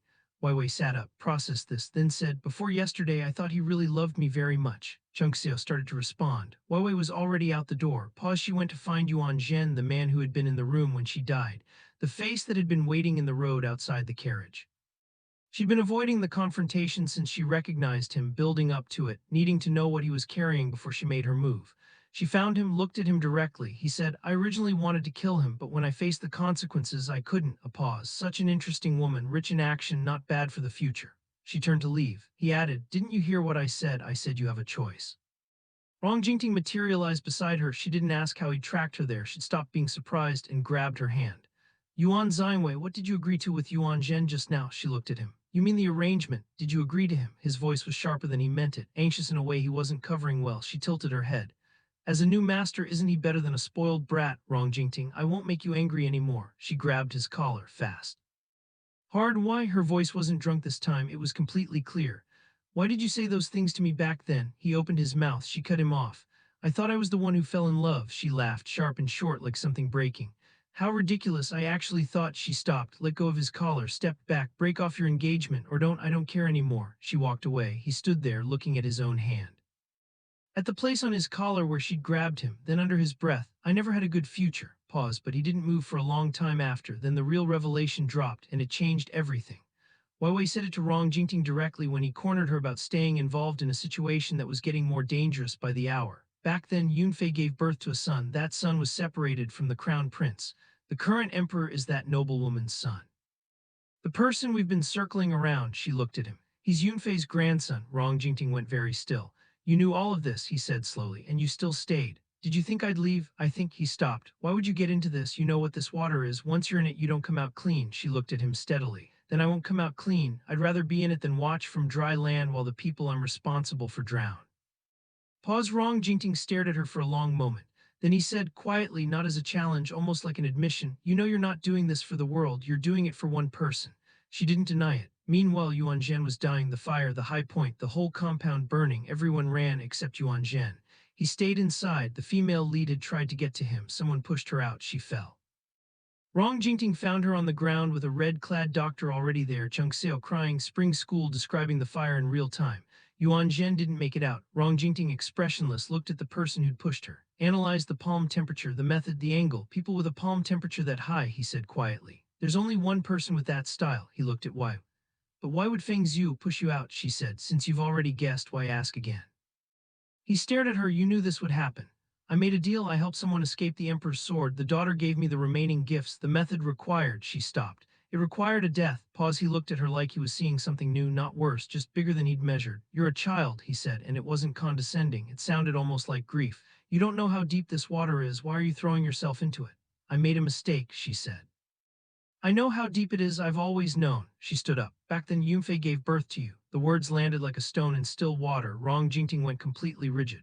The son of a noblewoman, she continued, separated from the crown prince. The current emperor is that son, which means, she looked at him, calm as anything. You already knew, didn't you? He said nothing. So what is it between us? She said. You think it's not you. You think I don't know what I'm looking at.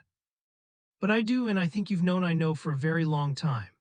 And then young Qingli showed up. She had heard that Yuan Zhen was dead and Weiwei was hurt, and she put down everything, the prefecture, the business, the careful distance she'd been maintaining, and ran, got hit by a carriage on the way. Because of course she did. Literally got struck by a carriage and kept going. She arrived at the mansion looking like someone who had just survived an obstacle course and did not care even slightly. Yun Hua was there, watching this entrance with barely contained delight. I thought you two were being practical about this, he said. I came to see if there were any other developments. I didn't know. I couldn't understand how this worked. He paused, smiling. Mr. Yun, are you with us now? Yun Qingli said, breathing hard, checking Weiwei's face with both hands. Of course I'm with you. I've been in the process of conquering for weeks. Yun Hua, your mouth has been blessed. You make everyone around you feel warmer just by existing. Pause, then he steered them toward the palace, because there was something else happening, something that required presence, charm, and Yun Qingli specifically, the Empress Dowager. Here's the thing about the Empress Dowager. She had been waiting for years for the specific person who would finally come to see her, not because they had to, but because they wanted to. And Yun Qingli walked in. The Empress Dowager's hand stopped moving. She looked up. And her entire face changed. He finally came to see me. Pause. Yun Hua had engineered the whole visit, framed it as bringing a book, paying respects, nothing dramatic. But the moment they were inside, he threw a ball onto the Emperor's table, smiled at the general confusion it caused, and used the distraction to let Yun Qingli work. The Emperor was puzzling over a character he'd written. Yun Qingli leaned over, deliberately close, and said, How did you write this character? The character closed, the Emperor said. Write it again, Yun Qingli said, then hand guiding his, completely natural, completely precise, she said, You write star first, then peace. The stroke order matters. Why can't you see that? The Emperor blinked, confused, but something in him responded to the proximity, to the certainty, to being corrected by someone who didn't seem even slightly afraid of him. The Empress Dowager watched from the side, her expression doing something old and knowing. Then she asked directly, no preamble, Do you like the little girl from the Yun Wang family? Yun Qingli looked at her grandmother, then nodded quietly. She's been wronged. I just can't watch anymore without doing something. The Empress Dowager reached out and touched her hand. Grandmother knows you've been guarding from far away for a long time. You were truly dead in love. She paused. That position, do you want to take it? On the way back, Yun Hua asked, Mr. Yun, did you do that deliberately? Let the Empress Dowager see. I can't just watch anymore, Yun Qingli said simply. Without the Empress Dowager's backing, I can't get close enough to protect her properly. She straightened up, fixed her shoes, said lightly, Let's go back to the mount. Sir, there's someone at the foot of the mountain waiting for you. Yun Qingli looked down, someone she'd thought was dead. Standing there, battered but breathing, looking up at her with the expression of a man who dragged himself across half the city to keep one appointment. How could I dare to die, he said, without seeing you first? Pause. She helped him up without a word, then said, voice completely controlled, Mr. Yun, or brother, it's been a long time. And the minister, because that's who he was, her old ally, her old connection, the thread she'd thought had been permanently cut, looked at her and smiled like a man who just won a bet against impossible odds. The Emperor had his own version of this conversation with his spy. About Yuan Zhen, about the man who had entered the city unexpectedly, about what was being planned. The spy said, Your Majesty, Yuan Zhen entered suddenly. He negotiated money immediately. Why did he enter? Is he planning something? The National Army soldier, the Emperor's man, listened, and then said, That order is absolutely not to be questioned. The spy pressed, What order? The National Army soldier put his hand on the spy's neck. The dead won't tell anyone the order. Pause. Only after the spy died did he finish the sentence. Only death keeps a secret in this palace. Weiwei was summoned to the emperor, alone, late at night. The kind of summons that doesn't have a comfortable explanation. Chungkia was scared, Weiwei wasn't, or she was and wasn't showing it, which is essentially the same thing for her. She reached the carriage gate and found someone she hadn't expected. Min Qing, old contact, someone from before all of this, standing in the dark like he'd been counting the minutes until she arrived. I'm waiting for you, he said. There's fire on that mountain. You're walking toward a tiger. Do you understand what you're going into? She told Chungkia to step back, looked at Min Qing. Even if the original plan is true, so what? I'm not powerless. I know the original fate. He grabbed her hand. Royal struggles are not the rule of law. If you enter this water, you will not come out cleanly. She grabbed his hand back. Why should I get out cleanly? I know you want to protect me, but I can't be protected forever. She looked at him steadily. I want to be the one who takes the initiative this time. Pause. He looked at her for a long moment, then let go. The emperor had a request. He wanted Weiwei to transport someone to a high point to protect them, to stay with them and make sure they survived what was coming. It was not a small ask. It was not a safe one. It was the kind of request that comes with no formal protection and full informal danger. He looked at her. Can you do it? She lowered her head. Nobody saw her face. She said, yes. Back at the mansion, Rong Jingting was writing memorials, plural, multiple. Zhang Xiao said he'd sent 4 or 5 inspections already, full reports. Weiwei read this and bit her finger. That family, the one connected to what Rong Jingting was documenting, was not to be trifled with. She knew exactly who he was writing about. She went to check on him. He was still in the room she'd put him in, just lying there, calm like he hadn't been told multiple times to leave. Why haven't you left? She asked. 15 more memorials to finish. She looked at him. Looked at the pile of documents. Looked at the man who had searched a mountain for 2 days without sleeping, who had carried her out of the rain, who had sat in a carriage watching her sleep and held a one-sided conversation with himself about what that meant. You don't care at all that I told you to go, she said. I'm angry, he said. I'm angry that you carry too much, and I'm angry that I'm the reason some of it got heavy. Pause. She stood there. He looked up at her. Why? Don't you think you have too much murderous intent? It'll eat the good parts of your life if you let it. You killed people too, she said. Don't tell me how to manage mine. I never had a good future to protect, he said. You did, you do. She didn't answer. He said, quieter. You should have been something refined, something untouched by all of this. His voice dropped to almost nothing. Was this what you imagined? Is this what you wanted it to be? She walked alone in the courtyard that night. In the dark, without a lantern, the kind of walking that isn't going anywhere specific, just moving to keep from sitting still with her own thoughts. Yuan Qingli found her, didn't say anything at first, just appeared beside her, walking at the same pace. Then Weiwei, and she, the woman who had been reborn with every answer, who had outmaneuvered courts and emperors and past life husbands, who had stood in the rain and held a sword and chosen not to use it, just turned into Yuan Qingli's chest. Head down, arms folded against herself, not crying, just done for one moment, just done. Yuan Qingli, who didn't fully understand the action but understood the weight behind it, put a hand on her head and said nothing, just gently, steadily, present. Pause. After a while, Weiwei looked up, eyes full but not spilling. Why did you become this? She asked. Was it because of me? Yuan Qingli looked at her with the expression of someone who had already decided the answer before the question was asked. I lay down in the clouds willingly, she said. That's my answer. The next morning, Weiwei woke up and found herself already comfortable, already warm, already in a position she hadn't chosen consciously. She sat up fast. Yuan Qingli was right there, completely unbothered. Your scheme made me call the guards on you. You detained me all night and wouldn't let me leave. Weiwei's face went red. I wasn't, I just fell asleep. You're still not fully awake, Yuan Qingli said helpfully. Sleep a little longer. I think I heard Yuan Zhen's voice last night, Weiwei said, trying to redirect. Yuan Qingli kept doing whatever she was doing. You knew it was a scheme between me and Yuan Zhen the whole time, didn't you? The moment I saw him, I knew, Yuan Qingli said simply. I just wanted to see what you do with it. Pause. Weiwei looked at her. At this woman who had run across the city, gotten hit by a carriage, shown up at the Empress Dowager's court, engineered an alliance with imperial backing, all while pretending she was just doing what the situation required. You said I helped the young master escape the Emperor's sword, Weiwei started. The daughter gave me gifts. The method required it. Just be yourself, Yuan Qingli said, cutting through everything. You don't need to compare yourself to others or justify the method to me. Then why did you try to stop me before, to prevent you from getting hurt? She looked at Weiwei with a steadiness that had nothing shaky in it. That's the only reason I've ever stopped you, not because I thought you were wrong, because I didn't want the cost to come out of you. And then Weiwei walked into the public telegraph hall and dropped to her knees, in front of the emperor, in front of everyone. And shouted, not quietly, not with composure, not with the careful political language she'd been using for months. Your Majesty, this subject truly cannot bring herself to do it. Pause. The room went completely still, because this woman who had outmaneuvered the court, who had built alliances and exposed schemes and survived Mandang and the mountain and the rain and 4 ex-husbands who all remembered her, was kneeling on the floor of the imperial hall pleading, not for herself, for someone else. Her former brother, the one person in this whole story she hadn't been able to strategize her way to protecting.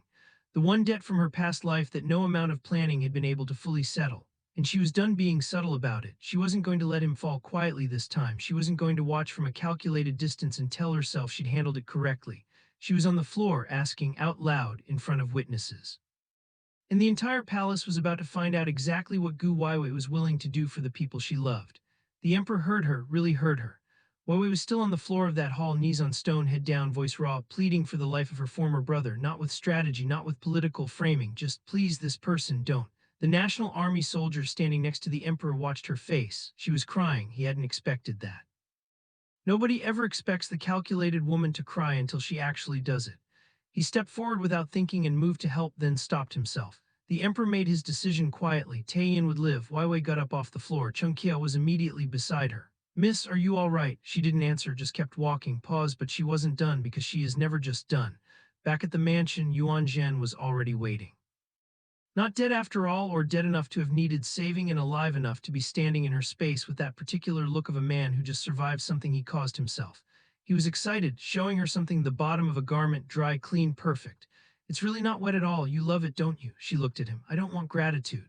Then what do you want? She told him. Protect my whole family. Ensure there's no ill will toward anyone connected to me. He looked at her for a moment, then I will. And they left it there, clean, no ceremony, no grand declarations, just a deal between two people who understood exactly what the other one had survived. The emperor was moving fast, decisively. His actions were sweeping and his reach was everywhere now. He sent someone to Weiwei's mansion, not a messenger, not a note, a full production. A whole cavalcade of Weiwei looked at the scene outside her gate and felt her eye twitch. Where did all these people come from? She said. Get out of here.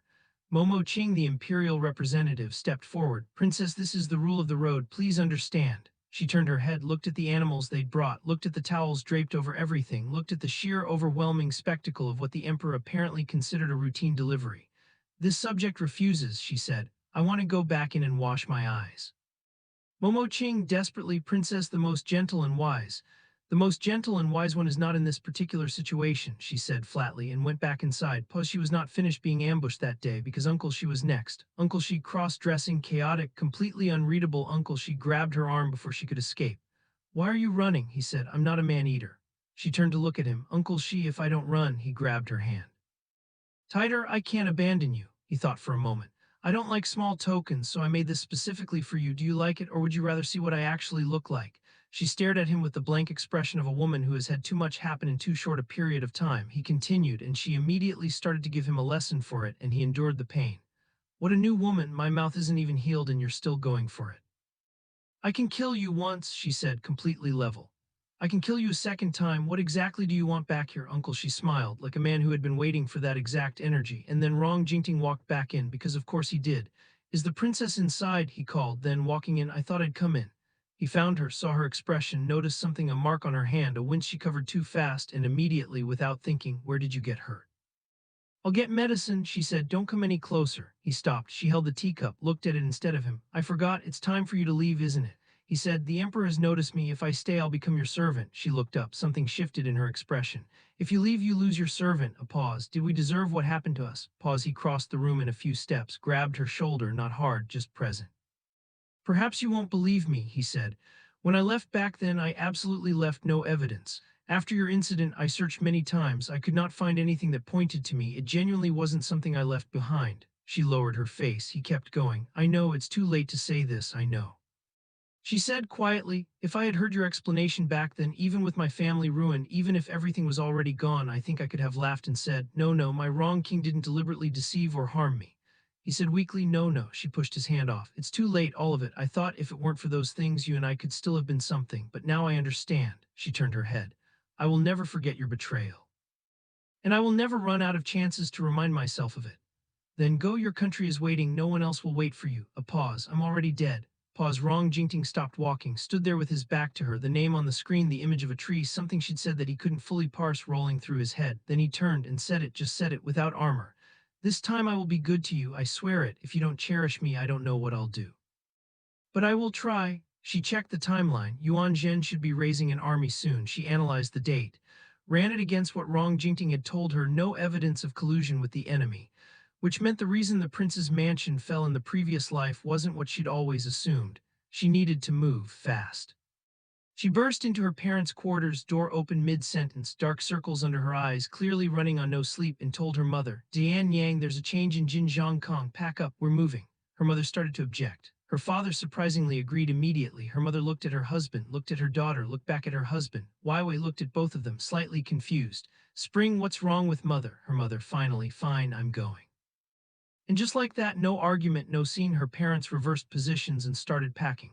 Pause. Weiwei stood in the doorway watching this, processing what had just happened. Then she went to find the senior brother. The senior brother had already taken Rong Jingting's place, cleared his name in the investigation, declared him innocent. He was standing there looking like a man who had just done something enormous and was pretending it was routine. He looked at Weiwei. "When the investigation came, you were completely innocent. Is this all I was supposed to do?" she said. "Senior brother Shu, are you crazy?" he replied to himself, like she hadn't spoken. "I just wanted to treat you sincerely." He looked disappointed. "It's just that no one gave me the original thread and I haven't used it much. You're not used to it." She stared at him. He counted something under his breath, then said in the directest possible way, "Will you really listen to me?" She said, "What?" "Then listen carefully." He looked at her, completely serious. "I want you to stay by my side until you can't anymore, and only then can I throw you away." Pause. Weiwei looked at this man, this infuriating, oblique, completely sincere man who communicated affection the way other people communicate military orders, direct, final, no softening. She didn't have a response, for maybe the first time since coming back. On the other side of the city, the Empress Dowager was having a conversation with Yuan Qingli that Yuan Qingli did not see coming. "I heard there's a woman by Dunaming's side," the Empress Dowager said, "inseparable from her day and night, even knowing that you still like her." Yuan Qingli said simply, "I don't care about these things, I just have a single eye." The Empress Dowager looked at her, then pointed directly at the center of her chest, at the specific place where people store things they won't say out loud. "You are strong and powerful," she said, "but she is upright and honest. Don't say anything against her in the future." Yuan Qingli, "I won't." The Empress Dowager, "You like her so much, why don't you just get married?" Pause. Yuan Qingli came back from that meeting looking like someone had taken her apart and reassembled her in a slightly different configuration. The female lead waved a hand in front of her face. "Brother Yun, where are you?" Yuan Qingli blinked back. "The Empress Dowager asked me something." "What did she ask?" Yuan Qingli said the number accurately, then caught herself, looked at Weiwei's expression, the slight smug curl at the corner of her mouth, and immediately understood she'd said too much. "Where did your hands go when I wasn't watching?" Yuan Qingli demanded instead. "Who is that Zia person from the village?" She reached for Weiwei's hand and stopped cold. There was a wound on it, tight, big, clearly new. Yuan Qingli's expression went from interrogating to something she didn't want to name. She said she didn't care. She clearly couldn't not care. Then Yuan Qingli's mother arrived, and the entire energy of the story shifted. Wang Lu, the woman who had spent her whole life adjacent to the Yun Wang family, carrying the weight of what had been done to them, walked in and looked at her daughter. "My family's ruined," she said. "All of it. It was because of you. If it weren't for you, I wouldn't have ended up in this position." Yuan Qingli didn't flinch. "You also had that." Wang Lu looked at her harder. "When you were newborn, what exactly happened?" Before Yuan Qingli could answer, something interrupted them. A man, the Lion King, someone connected to the deepest wound in the Yun family history, made a noise from the other room. What came out next was something Yuan Qingli had been carrying for 2 lifetimes. The Lion King couldn't have a son, no brothers. That was his real crime. The family veil, the window, the whole hidden structure of what had been done to the Yun family, it connected back there, to that, to a man who had orchestrated destruction because he couldn't build something of his own. Pause. Yuan Qingli looked at the scars on her mother's body, said with a voice that was very controlled and very full, "No wonder. In my previous life, my wounded status, the road to the palace, I always thought it was because of Rong Jingting. I didn't understand, but in 2 lives I was the emperor's wife." She took her mother's hand. "You and him, you knew the master of the court. That's why you advised me the way you did." Her mother, "Don't think too much. Go home and get some sleep." The word home. Wang Lu, who had always been reluctant, who had always held back from the full warmth of her own daughter, stood up immediately. "Yes, home. I want to go home now. My mother is still there next to Yun Wang's wife." Then she stopped, turned around. "Do you have a cloud?" Yuan Qingli looked at her. "Only your own family would ask that," Wang Lu said softly, and then pulled her daughter into her arms. "You suffered," she said, her voice shook. "How could your changes escape my eyes? If it weren't for tearing off a layer of skin, how could you be so radiant?" She held on tighter. "With me here, no one will touch you." Pause. Yuan Qingli stood inside her mother's arms for a long moment, not saying anything, just staying there. Now the Cloud Lord was running operations. While everyone was emotionally collapsing in different rooms, the Cloud Lord was making sure the intelligence architecture held. She had a plan, an elegant one as always. Instead of hiding the hidden businessmen and risking discovery, she was going to present them openly, reframe the whole thing before anyone else could frame it for her. Chungxia, what if they're discovered? Cloud Lord, calculating people's hearts is a skill in itself. Chungxia aggrieved, Miss just wants to protect herself. Do you have to bring in someone at the top tier? Cloud Lord, completely tactful. A top tier person, I'm also learning. If I don't learn and grow quickly, I'm afraid I'll be eaten alive. Pause, she was right. In this game, in this palace, in this court, at this particular moment in history, everyone who wasn't growing was already being consumed, and the Cloud Lord had no intention of being anyone's meal. Meanwhile, Princess Yu had something to say. She'd been holding it for too long, and it came out late at night in a hotel somewhere that wasn't home with Weiwei sitting next to her. If only I were here, she said, I wouldn't be a burden to you. Weiwei looked at her. We promised that I would protect you. Princess Yu sat up, but who will protect you? Pause. Weiwei didn't have an answer to that. She thought she did. She had the alliances, the plans, the intelligence, but the question landed differently when it came from her mother's mouth. Not as a strategic problem, as something personal. Princess Yu kept talking about what she'd seen, about what she'd survived. About how you think you're protecting your child and then you find out they've been carrying things you never got to carry for them. She said, I shouldn't have told you, I should have kept it from you. Weiwei said, I'm glad you told me. Princess Yu looked at her. What's on your mind? Your face doesn't look good today. Your Majesty is not a servant, Weiwei said. I have a good heart, but I can't do anything wrong. Then she told her mother what she needed from her, something involving the Miao people. Something that required Princess Yu's position and connections to move through properly. And Princess Yu, who had spent so long being protected, being managed, being handled carefully, looked at her daughter and said yes, without hesitation, yes. And then Yuan Hua dropped a bomb so casually that Weiwei almost didn't register it. He had his arm around her shoulder, was asking questions very gently, almost clinically. Have you been feeling sleepy lately? She thought about it. A little. I've been tired. Any physical discomfort? Some, obviously because I've been pushing myself. He nodded, then looked down. Then what's going on with your feet? She looked at him. He looked back, completely straight-faced. It's fine if you play around, but you've even gone and had children. Will the children be able to get married? Pause, she blinked, once, twice, then get rid of that thought immediately. I can have children. Of course you can. I'm going back now, she said, turned around, walked out. Yuan Hua watched her go, said nothing. Didn't lose even a fraction of his composure because he just confirmed something, and now it was her problem to think about. She thought about it the entire way home. In her previous life, she'd married 4 times. In this life, she was going to choose one of the 4, maybe the queen. Whoever was in that conversation asked her, you don't have a proper standing. If word gets out, will your children be able to marry into good families? She said coldly, what good results did my 4 marriages in my previous life give me? The queen felt that made some sense. She comforted her. When I die, I have nothing left. Think about my beautiful children. The queen asked, who do you want to be the father? She looked at them. Have you ever been a father? The queen stared at her, then said slowly, after you died in your previous life, I didn't have another child. Pause, she sat with that. A cheap father, she thought, unserious, unplanned. But apparently permanent. She looked at the situation, looked at her options, 2 of them, a police officer and someone who'd just been thrown out. She could barely make herself choose between them. She looked up at the stars, said to no one, after saying those heartless words to someone's face, how do you go back and beg them? And then a tinderbox lit up in the dark, Yuan Qingli standing right there like she'd been waiting. Choose me, she said simply, directly. For you I've already committed. Don't ruin the new situation. Weiwei looked at her. Why are you here? Yuan Qingli looked slightly to the side. I'm exchanging Rong Jingting's gifts with Miss Lion Gu. Pause. Weiwei went still because she knew what that meant. Rong Jingting's ability to rise, his future, his power, his position was directly connected to Miss Lion Gu. And Yuan Qingli was trading something to intercept that connection, to redirect it, to change his trajectory before it locked in. She was doing it for Weiwei. Without being asked, on the other side of the city, Yuan Qingli and Yuan Zhu were having a completely different kind of conversation. Yuan Zhu said, you're known for being unreliable. How can you drag yourself down with this? Yuan Qingli, I already changed my allegiance for her. It's all about what comes next. Yuan Zhu looked at her, lowered his head. Between you and Rong Jingting, she will never choose you. Yuan Qingli looked back, not with anger, with something more settled than that. It doesn't matter, she said. He wants to control the court. I am the mortal world. If he wants to choose, I can also cut off his ability to choose someone else. Then she picked up her flute. Finally, she said, I always rejected him. I wasn't worthy of him, and I would have this day regardless. She put the flute down. I'm betting if I can get his heart back, this is the best way to turn the tables. Pause, then she reached into her sleeve and pulled out 2 small flowers, the same ones. The ones from the deal, the red flower game. She looked at Yuan Zhu. Do you remember what you said? Give me more flowers and you'll let me hold you. She looked at him seriously. Does that promise still stand? Yuan Zhu looked thoughtfully at the flowers for a long moment, then said, forget it. How can it be difficult to hold hands with someone? You smooth-talking young man, you recognized people. Fine. Later that night, Yuan Zhu sitting on Yuan Qingli's lap, which is a whole thing, she asked, Mr. Yuan, do you regret it? Yuan Qingli said she didn't regret it. Yuan Zhu looked at her. It seems like you've been waiting a long time. Then with her arm around Yuan Qingli's shoulder, does it have to be like this? Only this way can we do things, Yuan Qingli said. Clear and steady, I want them to bleed. She left the room a while later with her hair completely disheveled and her eyes slightly glazed. Yuan Zhu said helpfully from inside, and there's also Hong Ning who can be seen at any time.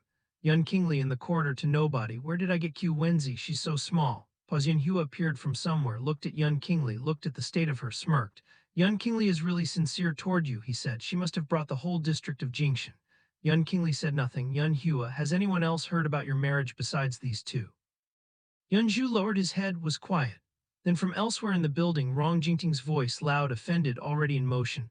I want to go back to the Forbidden City. Our Forbidden City is already recalled. If it's to the ends of the earth, I'm going back and asking clearly.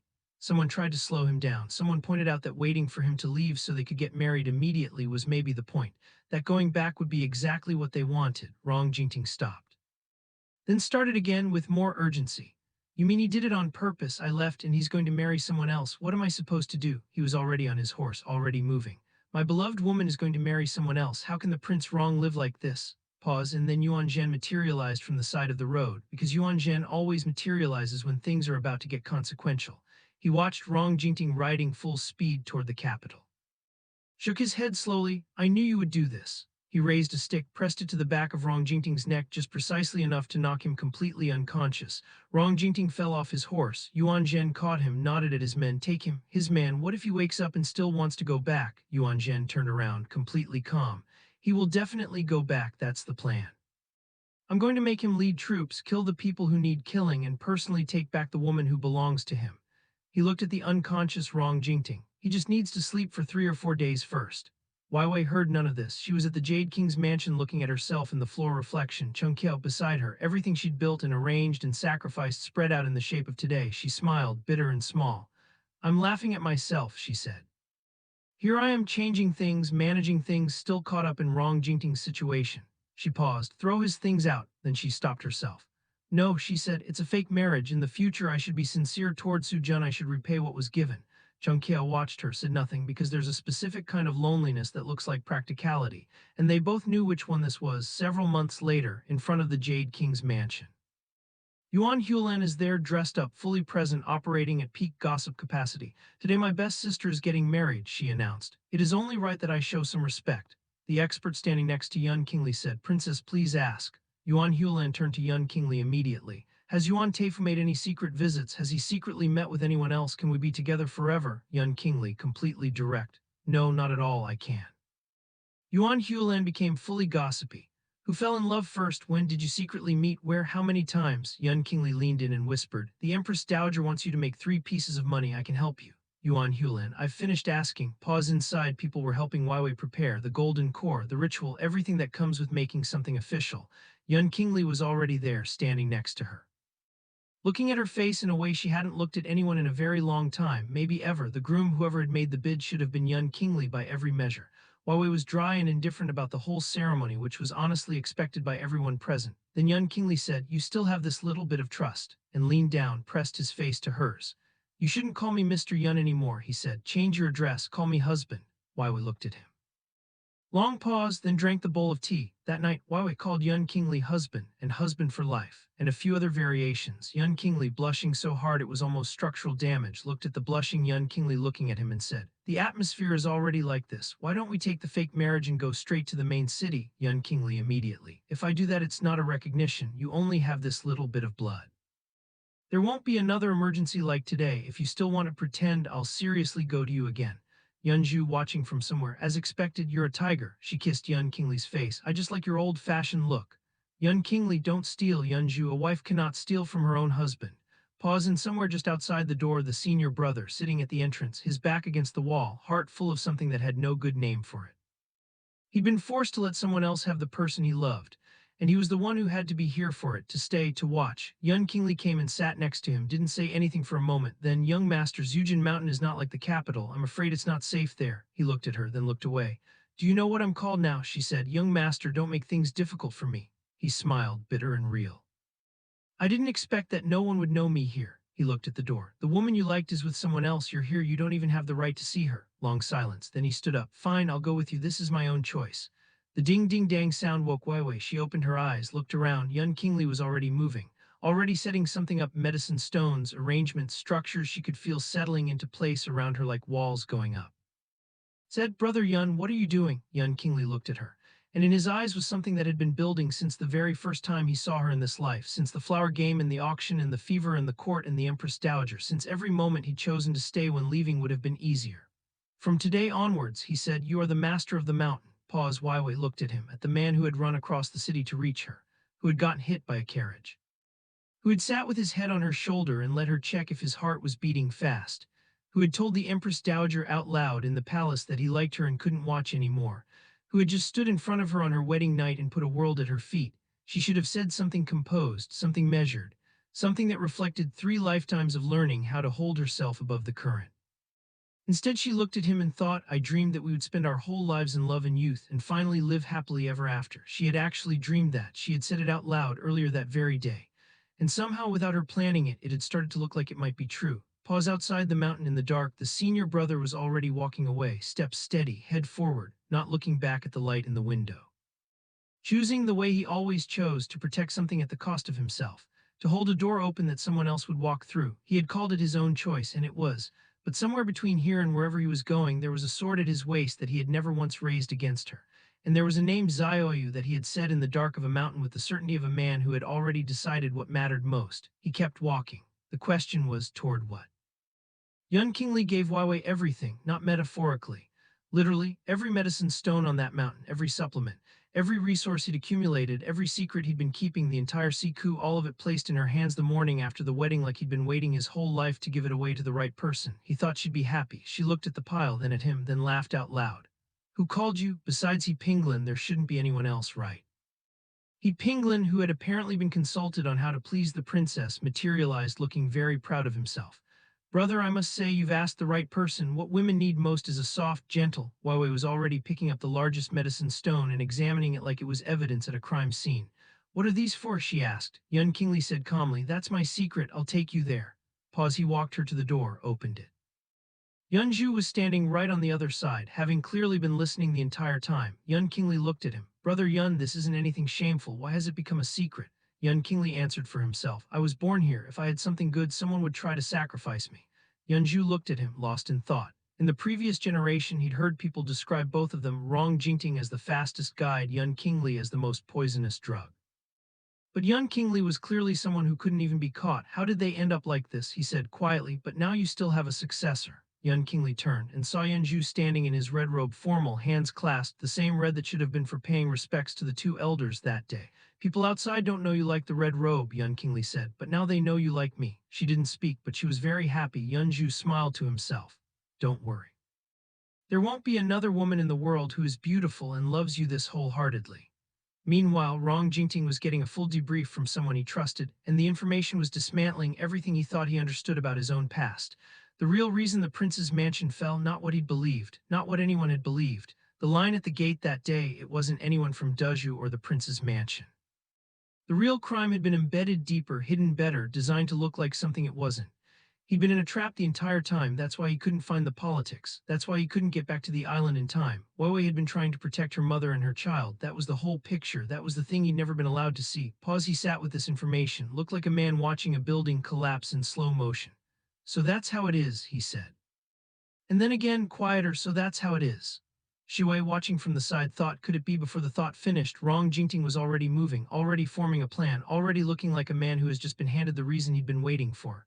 "I need to find a way," he said, and disappeared. Up on the mountain, Weiwei was reading, completely focused. She'd brought her mother up here, made the arrangements, sent people to get what was needed, set everything in motion. Wang Fei had come up too. The mountain was no longer quiet.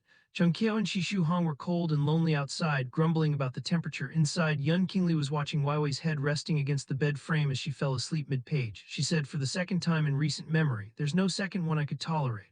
Yuan Qingli immediately, "I can't tolerate a second one either." Shi Kong, watching from the side, "Then the father can make more decisions on his own. I am the eldest daughter. He can make decisions for me, but only you." Yuan Qingli blushed, tried to hide it, failed, paused, then the alert came. Wang Fei, at the foot of the mountain, was being detained by an imperial physician, insisted on giving a proper diagnosis. Right now, today, Yuan Qingli snapped into action immediately. No delay, no deliberation. She laid out the plan in 30 seconds flat. Pick up Wang Fei, find a trusted person, have the imperial physician questioned at the prince's mansion, not here, not now. She analyzed it clean. If this was aimed at the prince's mansion, they'd have used a faster approach. This rolling pattern, questioning one household at a time, was cover. The real target was the 5 families. This bought time. Use it. She looked at Weiwei after the plan was laid out. This is the Duan Ding I knew. Weiwei was preparing to hand her trust to someone who had been cheated twice. She looked at Yuan Qingli's sleeve, then said, Brother Yun Lin, I need to ask you for help. Can you contact Yuan Zhen? Tell him I want him to move now. Yuan Qingli looked at her. I'll send them away. What about you? The emperor won't give us that much time. Silence. Yuan Qingli, clearly deep in thought. Weiwei looked at the sky. I need to go in and stabilize his majesty. There are over 50 queens. I need to ensure the young prince's mansion is positioned exactly as his majesty suspected, no more, no less. Yuan Qingli grabbed her, both hands. Your path is full of danger, but I believe you. You'll come back safe. She held on tighter. I'm entrusting my soft spot to you. You understand what that means. Pause. Weiwei looked at her. At the person who had outrun a carriage, engineered a palace alliance, given her every medicine stone on a mountain, and was now holding both her hands in the middle of a military operation like the steadiest thing in a shaking world. She understood. Inside the palace, Weiwei stood before the emperor under the large screen and made her statement. Shen Li really likes Yuan Qingli that much. She looked completely moved. Like this was the most genuine thing she'd ever said. The National Army stared at her. You staged that whole approach just to say this, she pointed a finger. After all, it's His Majesty's decision. Shen Li dares not make decisions on her own. The National Army looked at her. Then, just as he was wrapping up, his aide whispered something in his ear. He froze. Something shifted in his expression that nobody in the room could read. He said, let's leave it at that. Then, as he walked past Weiwei, wait. He turned, looked at her. When the Queen Consort came to court that day, did you also inquire about the situation? What kind of life was waiting for the current ruler? She blinked, innocent face. I remember everything. Which sentence is His Majesty referring to? The National Army realized she had played him again. He just confirmed she was paying attention to things she shouldn't know. And she'd confirmed it with the most guileless expression in the palace. He almost smiled. Pause later, alone with only herself, she pressed her hand against her belly. Your Majesty, she said quietly to no one, I just want to give Yuan Qingli a son. 2 sons actually, is that not allowed? On the other side, Yuan Qingli was facing Rong Jingting, and neither of them was pretending to be cordial. How is the newlywed status? Rong Jingting said with exactly the sarcasm you'd expect. What happens between us is not for outsiders, Yuan Qingli said.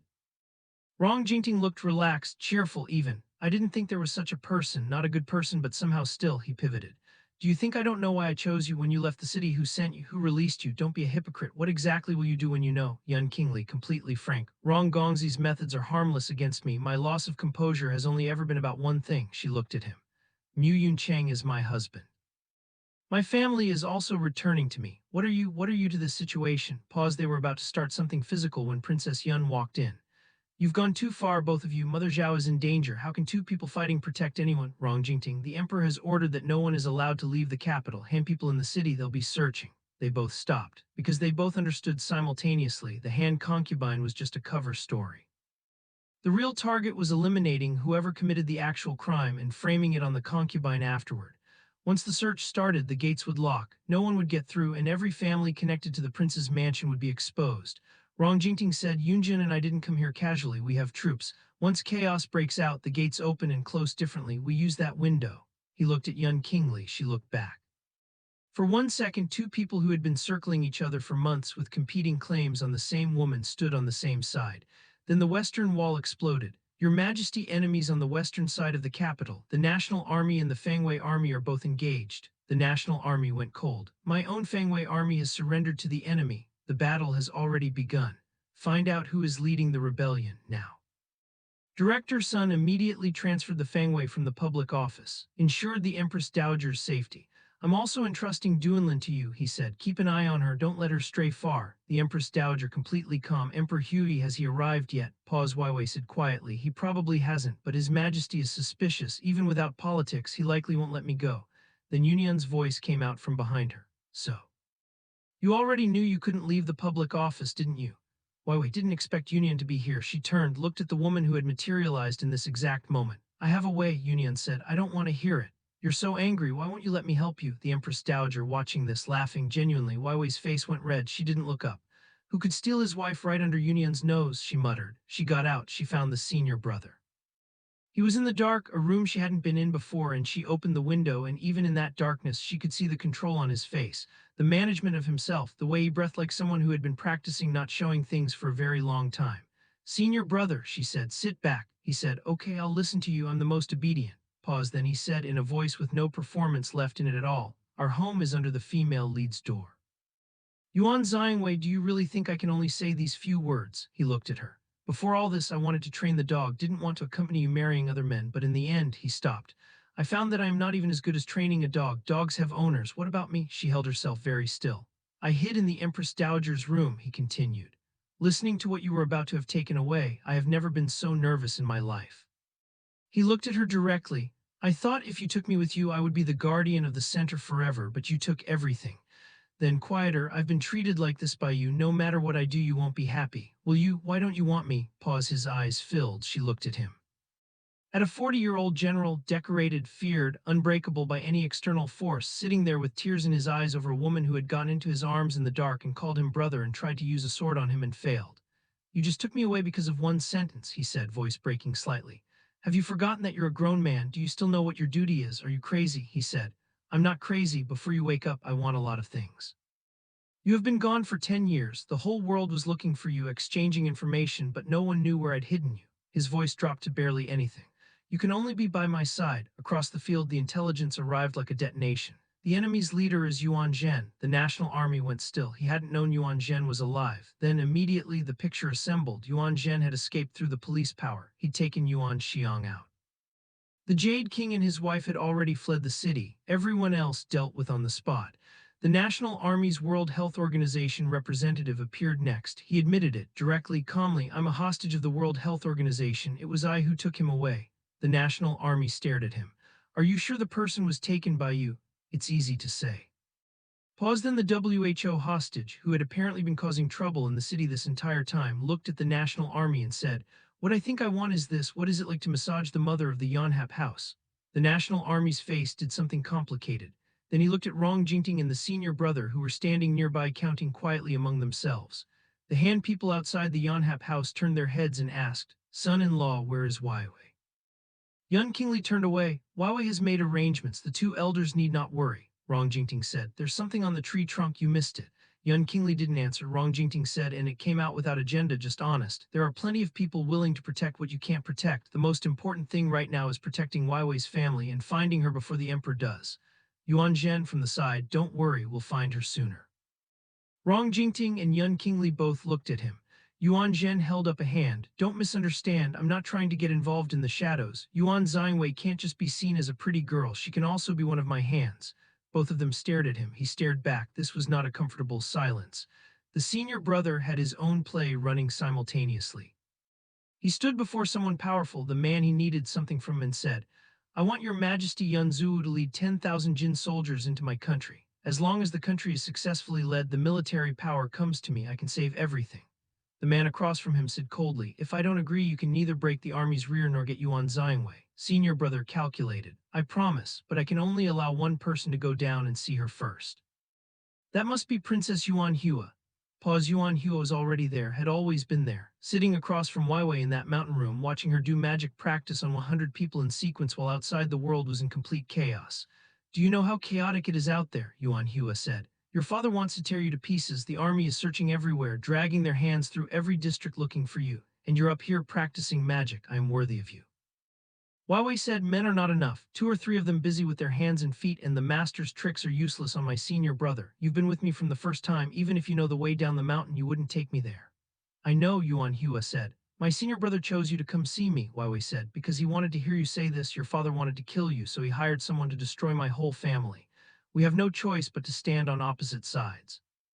The day we meet is the day we become enemies. Senior brother, you are truly vicious. She felt it in her chest when she said it. Will you hate me? She asked. Pause. Yuan Hua stood up suddenly, put both hands on the table. This table is really a love affair. She looked at him. He reached out and touched her head gently, like a person who had been holding back from doing that for a very long time. I want to eat it, but I can't, he said. Seeing this, what do I need a male lead for? I want lilies to bloom. I want to become enemies for you. Those words always make people heartbroken. He lay down in her lap. There must be some insurmountable obstacle. He looked up at her. Did you ever? He stopped, started again. Did you ever truly? Her tears fell on his face before he finished. He hadn't even gotten up. He really cared. He had always really cared. I have never hated you, she said. Yuan Hua couldn't help it. He cried too. Pause. They stayed like that for a while, two people on opposite sides of a war, crying in each other's company on a mountain, because sometimes the most honest thing you can do is admit that the situation is genuinely terrible and that you love someone anyway. Yuan Hua wiped his face, touched hers. It's the same. I won't be angry. It's someone else between us, but we are. Why don't you two just be together? She nodded. We are who we are. He stood up, turned to leave. She grabbed him from behind. I don't want you to die, she said. You must live. Pause. He paused. She held on. Your eldest princess, he said slowly, is probably only slightly more capable than me. When the army forced her to surrender, she fought alone for 3 hours. When the knife broke, she used her bare hands. When her hands and feet gave out, she used her teeth. When her teeth couldn't hold anymore, he stopped. She kept moving, kept her hands busy, didn't stop. This really is a broken knife, she said quietly. Then Yuan Hua spoke, his voice different now, carrying something that hadn't been in it before. Weiwei, he came to see me this day. The gentleman came. He's a traitor. He whispered in her ear. This thing has a very strong effect. It's very difficult to control emotions once taken, but if you eat this, you won't be in danger of death. Someone will understand. Someone will protect you. They will marry you. He tied something to her hands, then cut the rope. I can only find this much, he said. Your status should be worthy of something better. Is this my love for you? She avoided his hands, pulled back. I love you in your way, he said. You won't give up, so I can only love you in mine. He looked at the pen and the poison on the table in front of her. Villains often die from their own words, he said. Prove the heart before the tree can. The man with the pen attacked, sudden, no warning, directly at Weiwei. Yuan Hua had just cleared the frame when she shouted, overturned the plate, and the poison scattered across the pen, exposing the whole setup. He lunged, she moved, and then from the doorway a voice that stopped everything. Who dares to touch him? The Empress Dowager, standing at the door, face like the entire court assembled in one woman. Emperor, she said, for the sake of the child in his belly, be lenient this time. Pause. The national army. The emperor turned to look at his mother.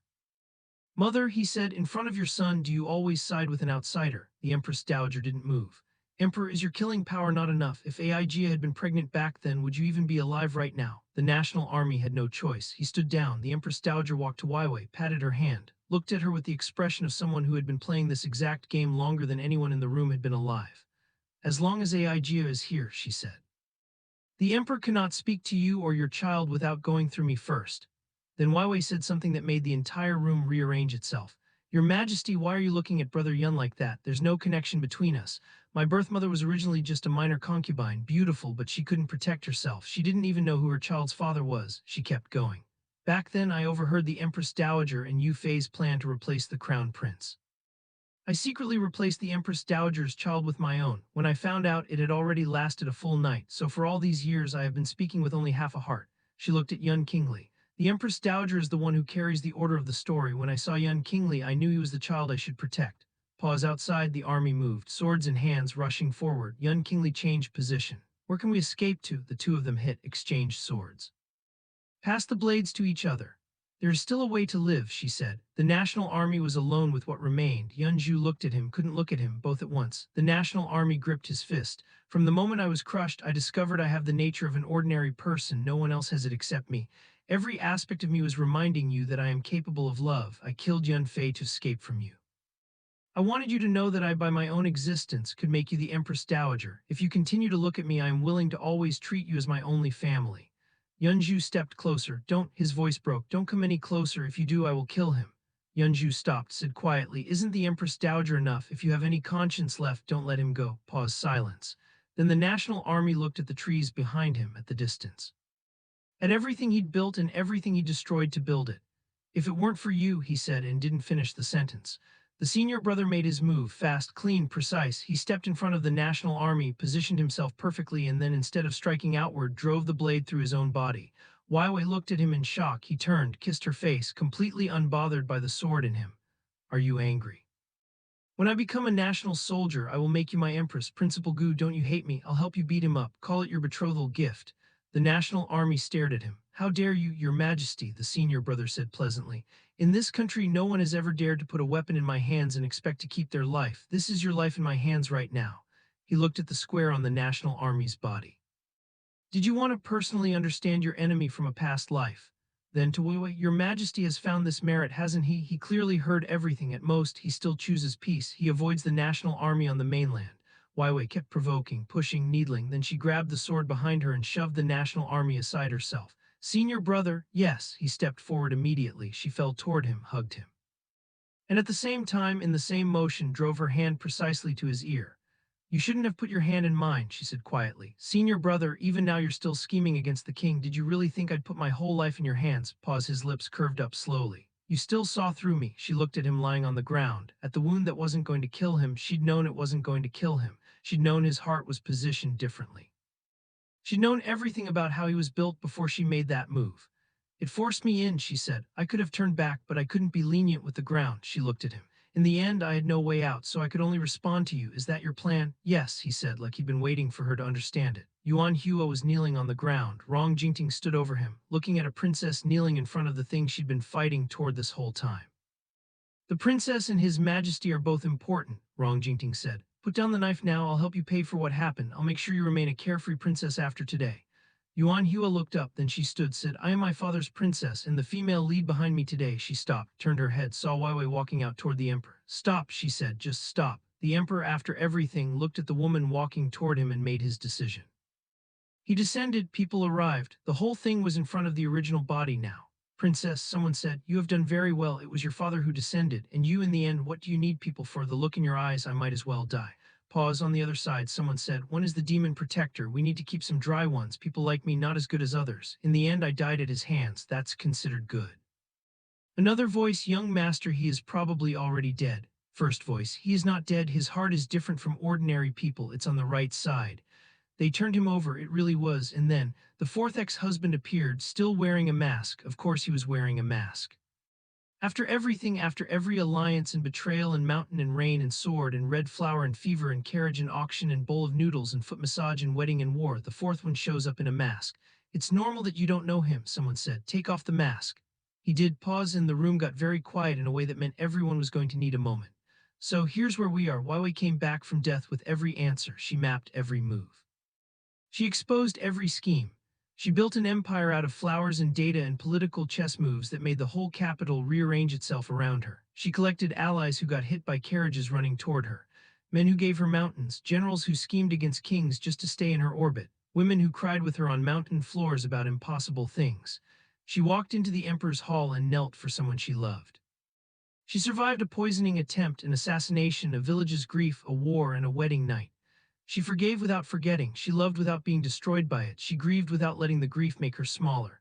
And now, at the end of all of it, there are four men, all of them carrying their own version of a promise made in a past life, all of them coming back through different doors.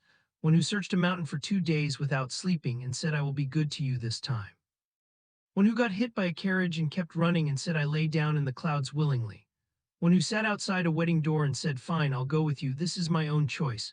And one who just took off his mask. Pause. The question was never which one she'd choose. The question was always, after 2 lifetimes of being the one who gave everything, who was finally going to give something to her, and the answer is standing right in front of her, all 4 of them.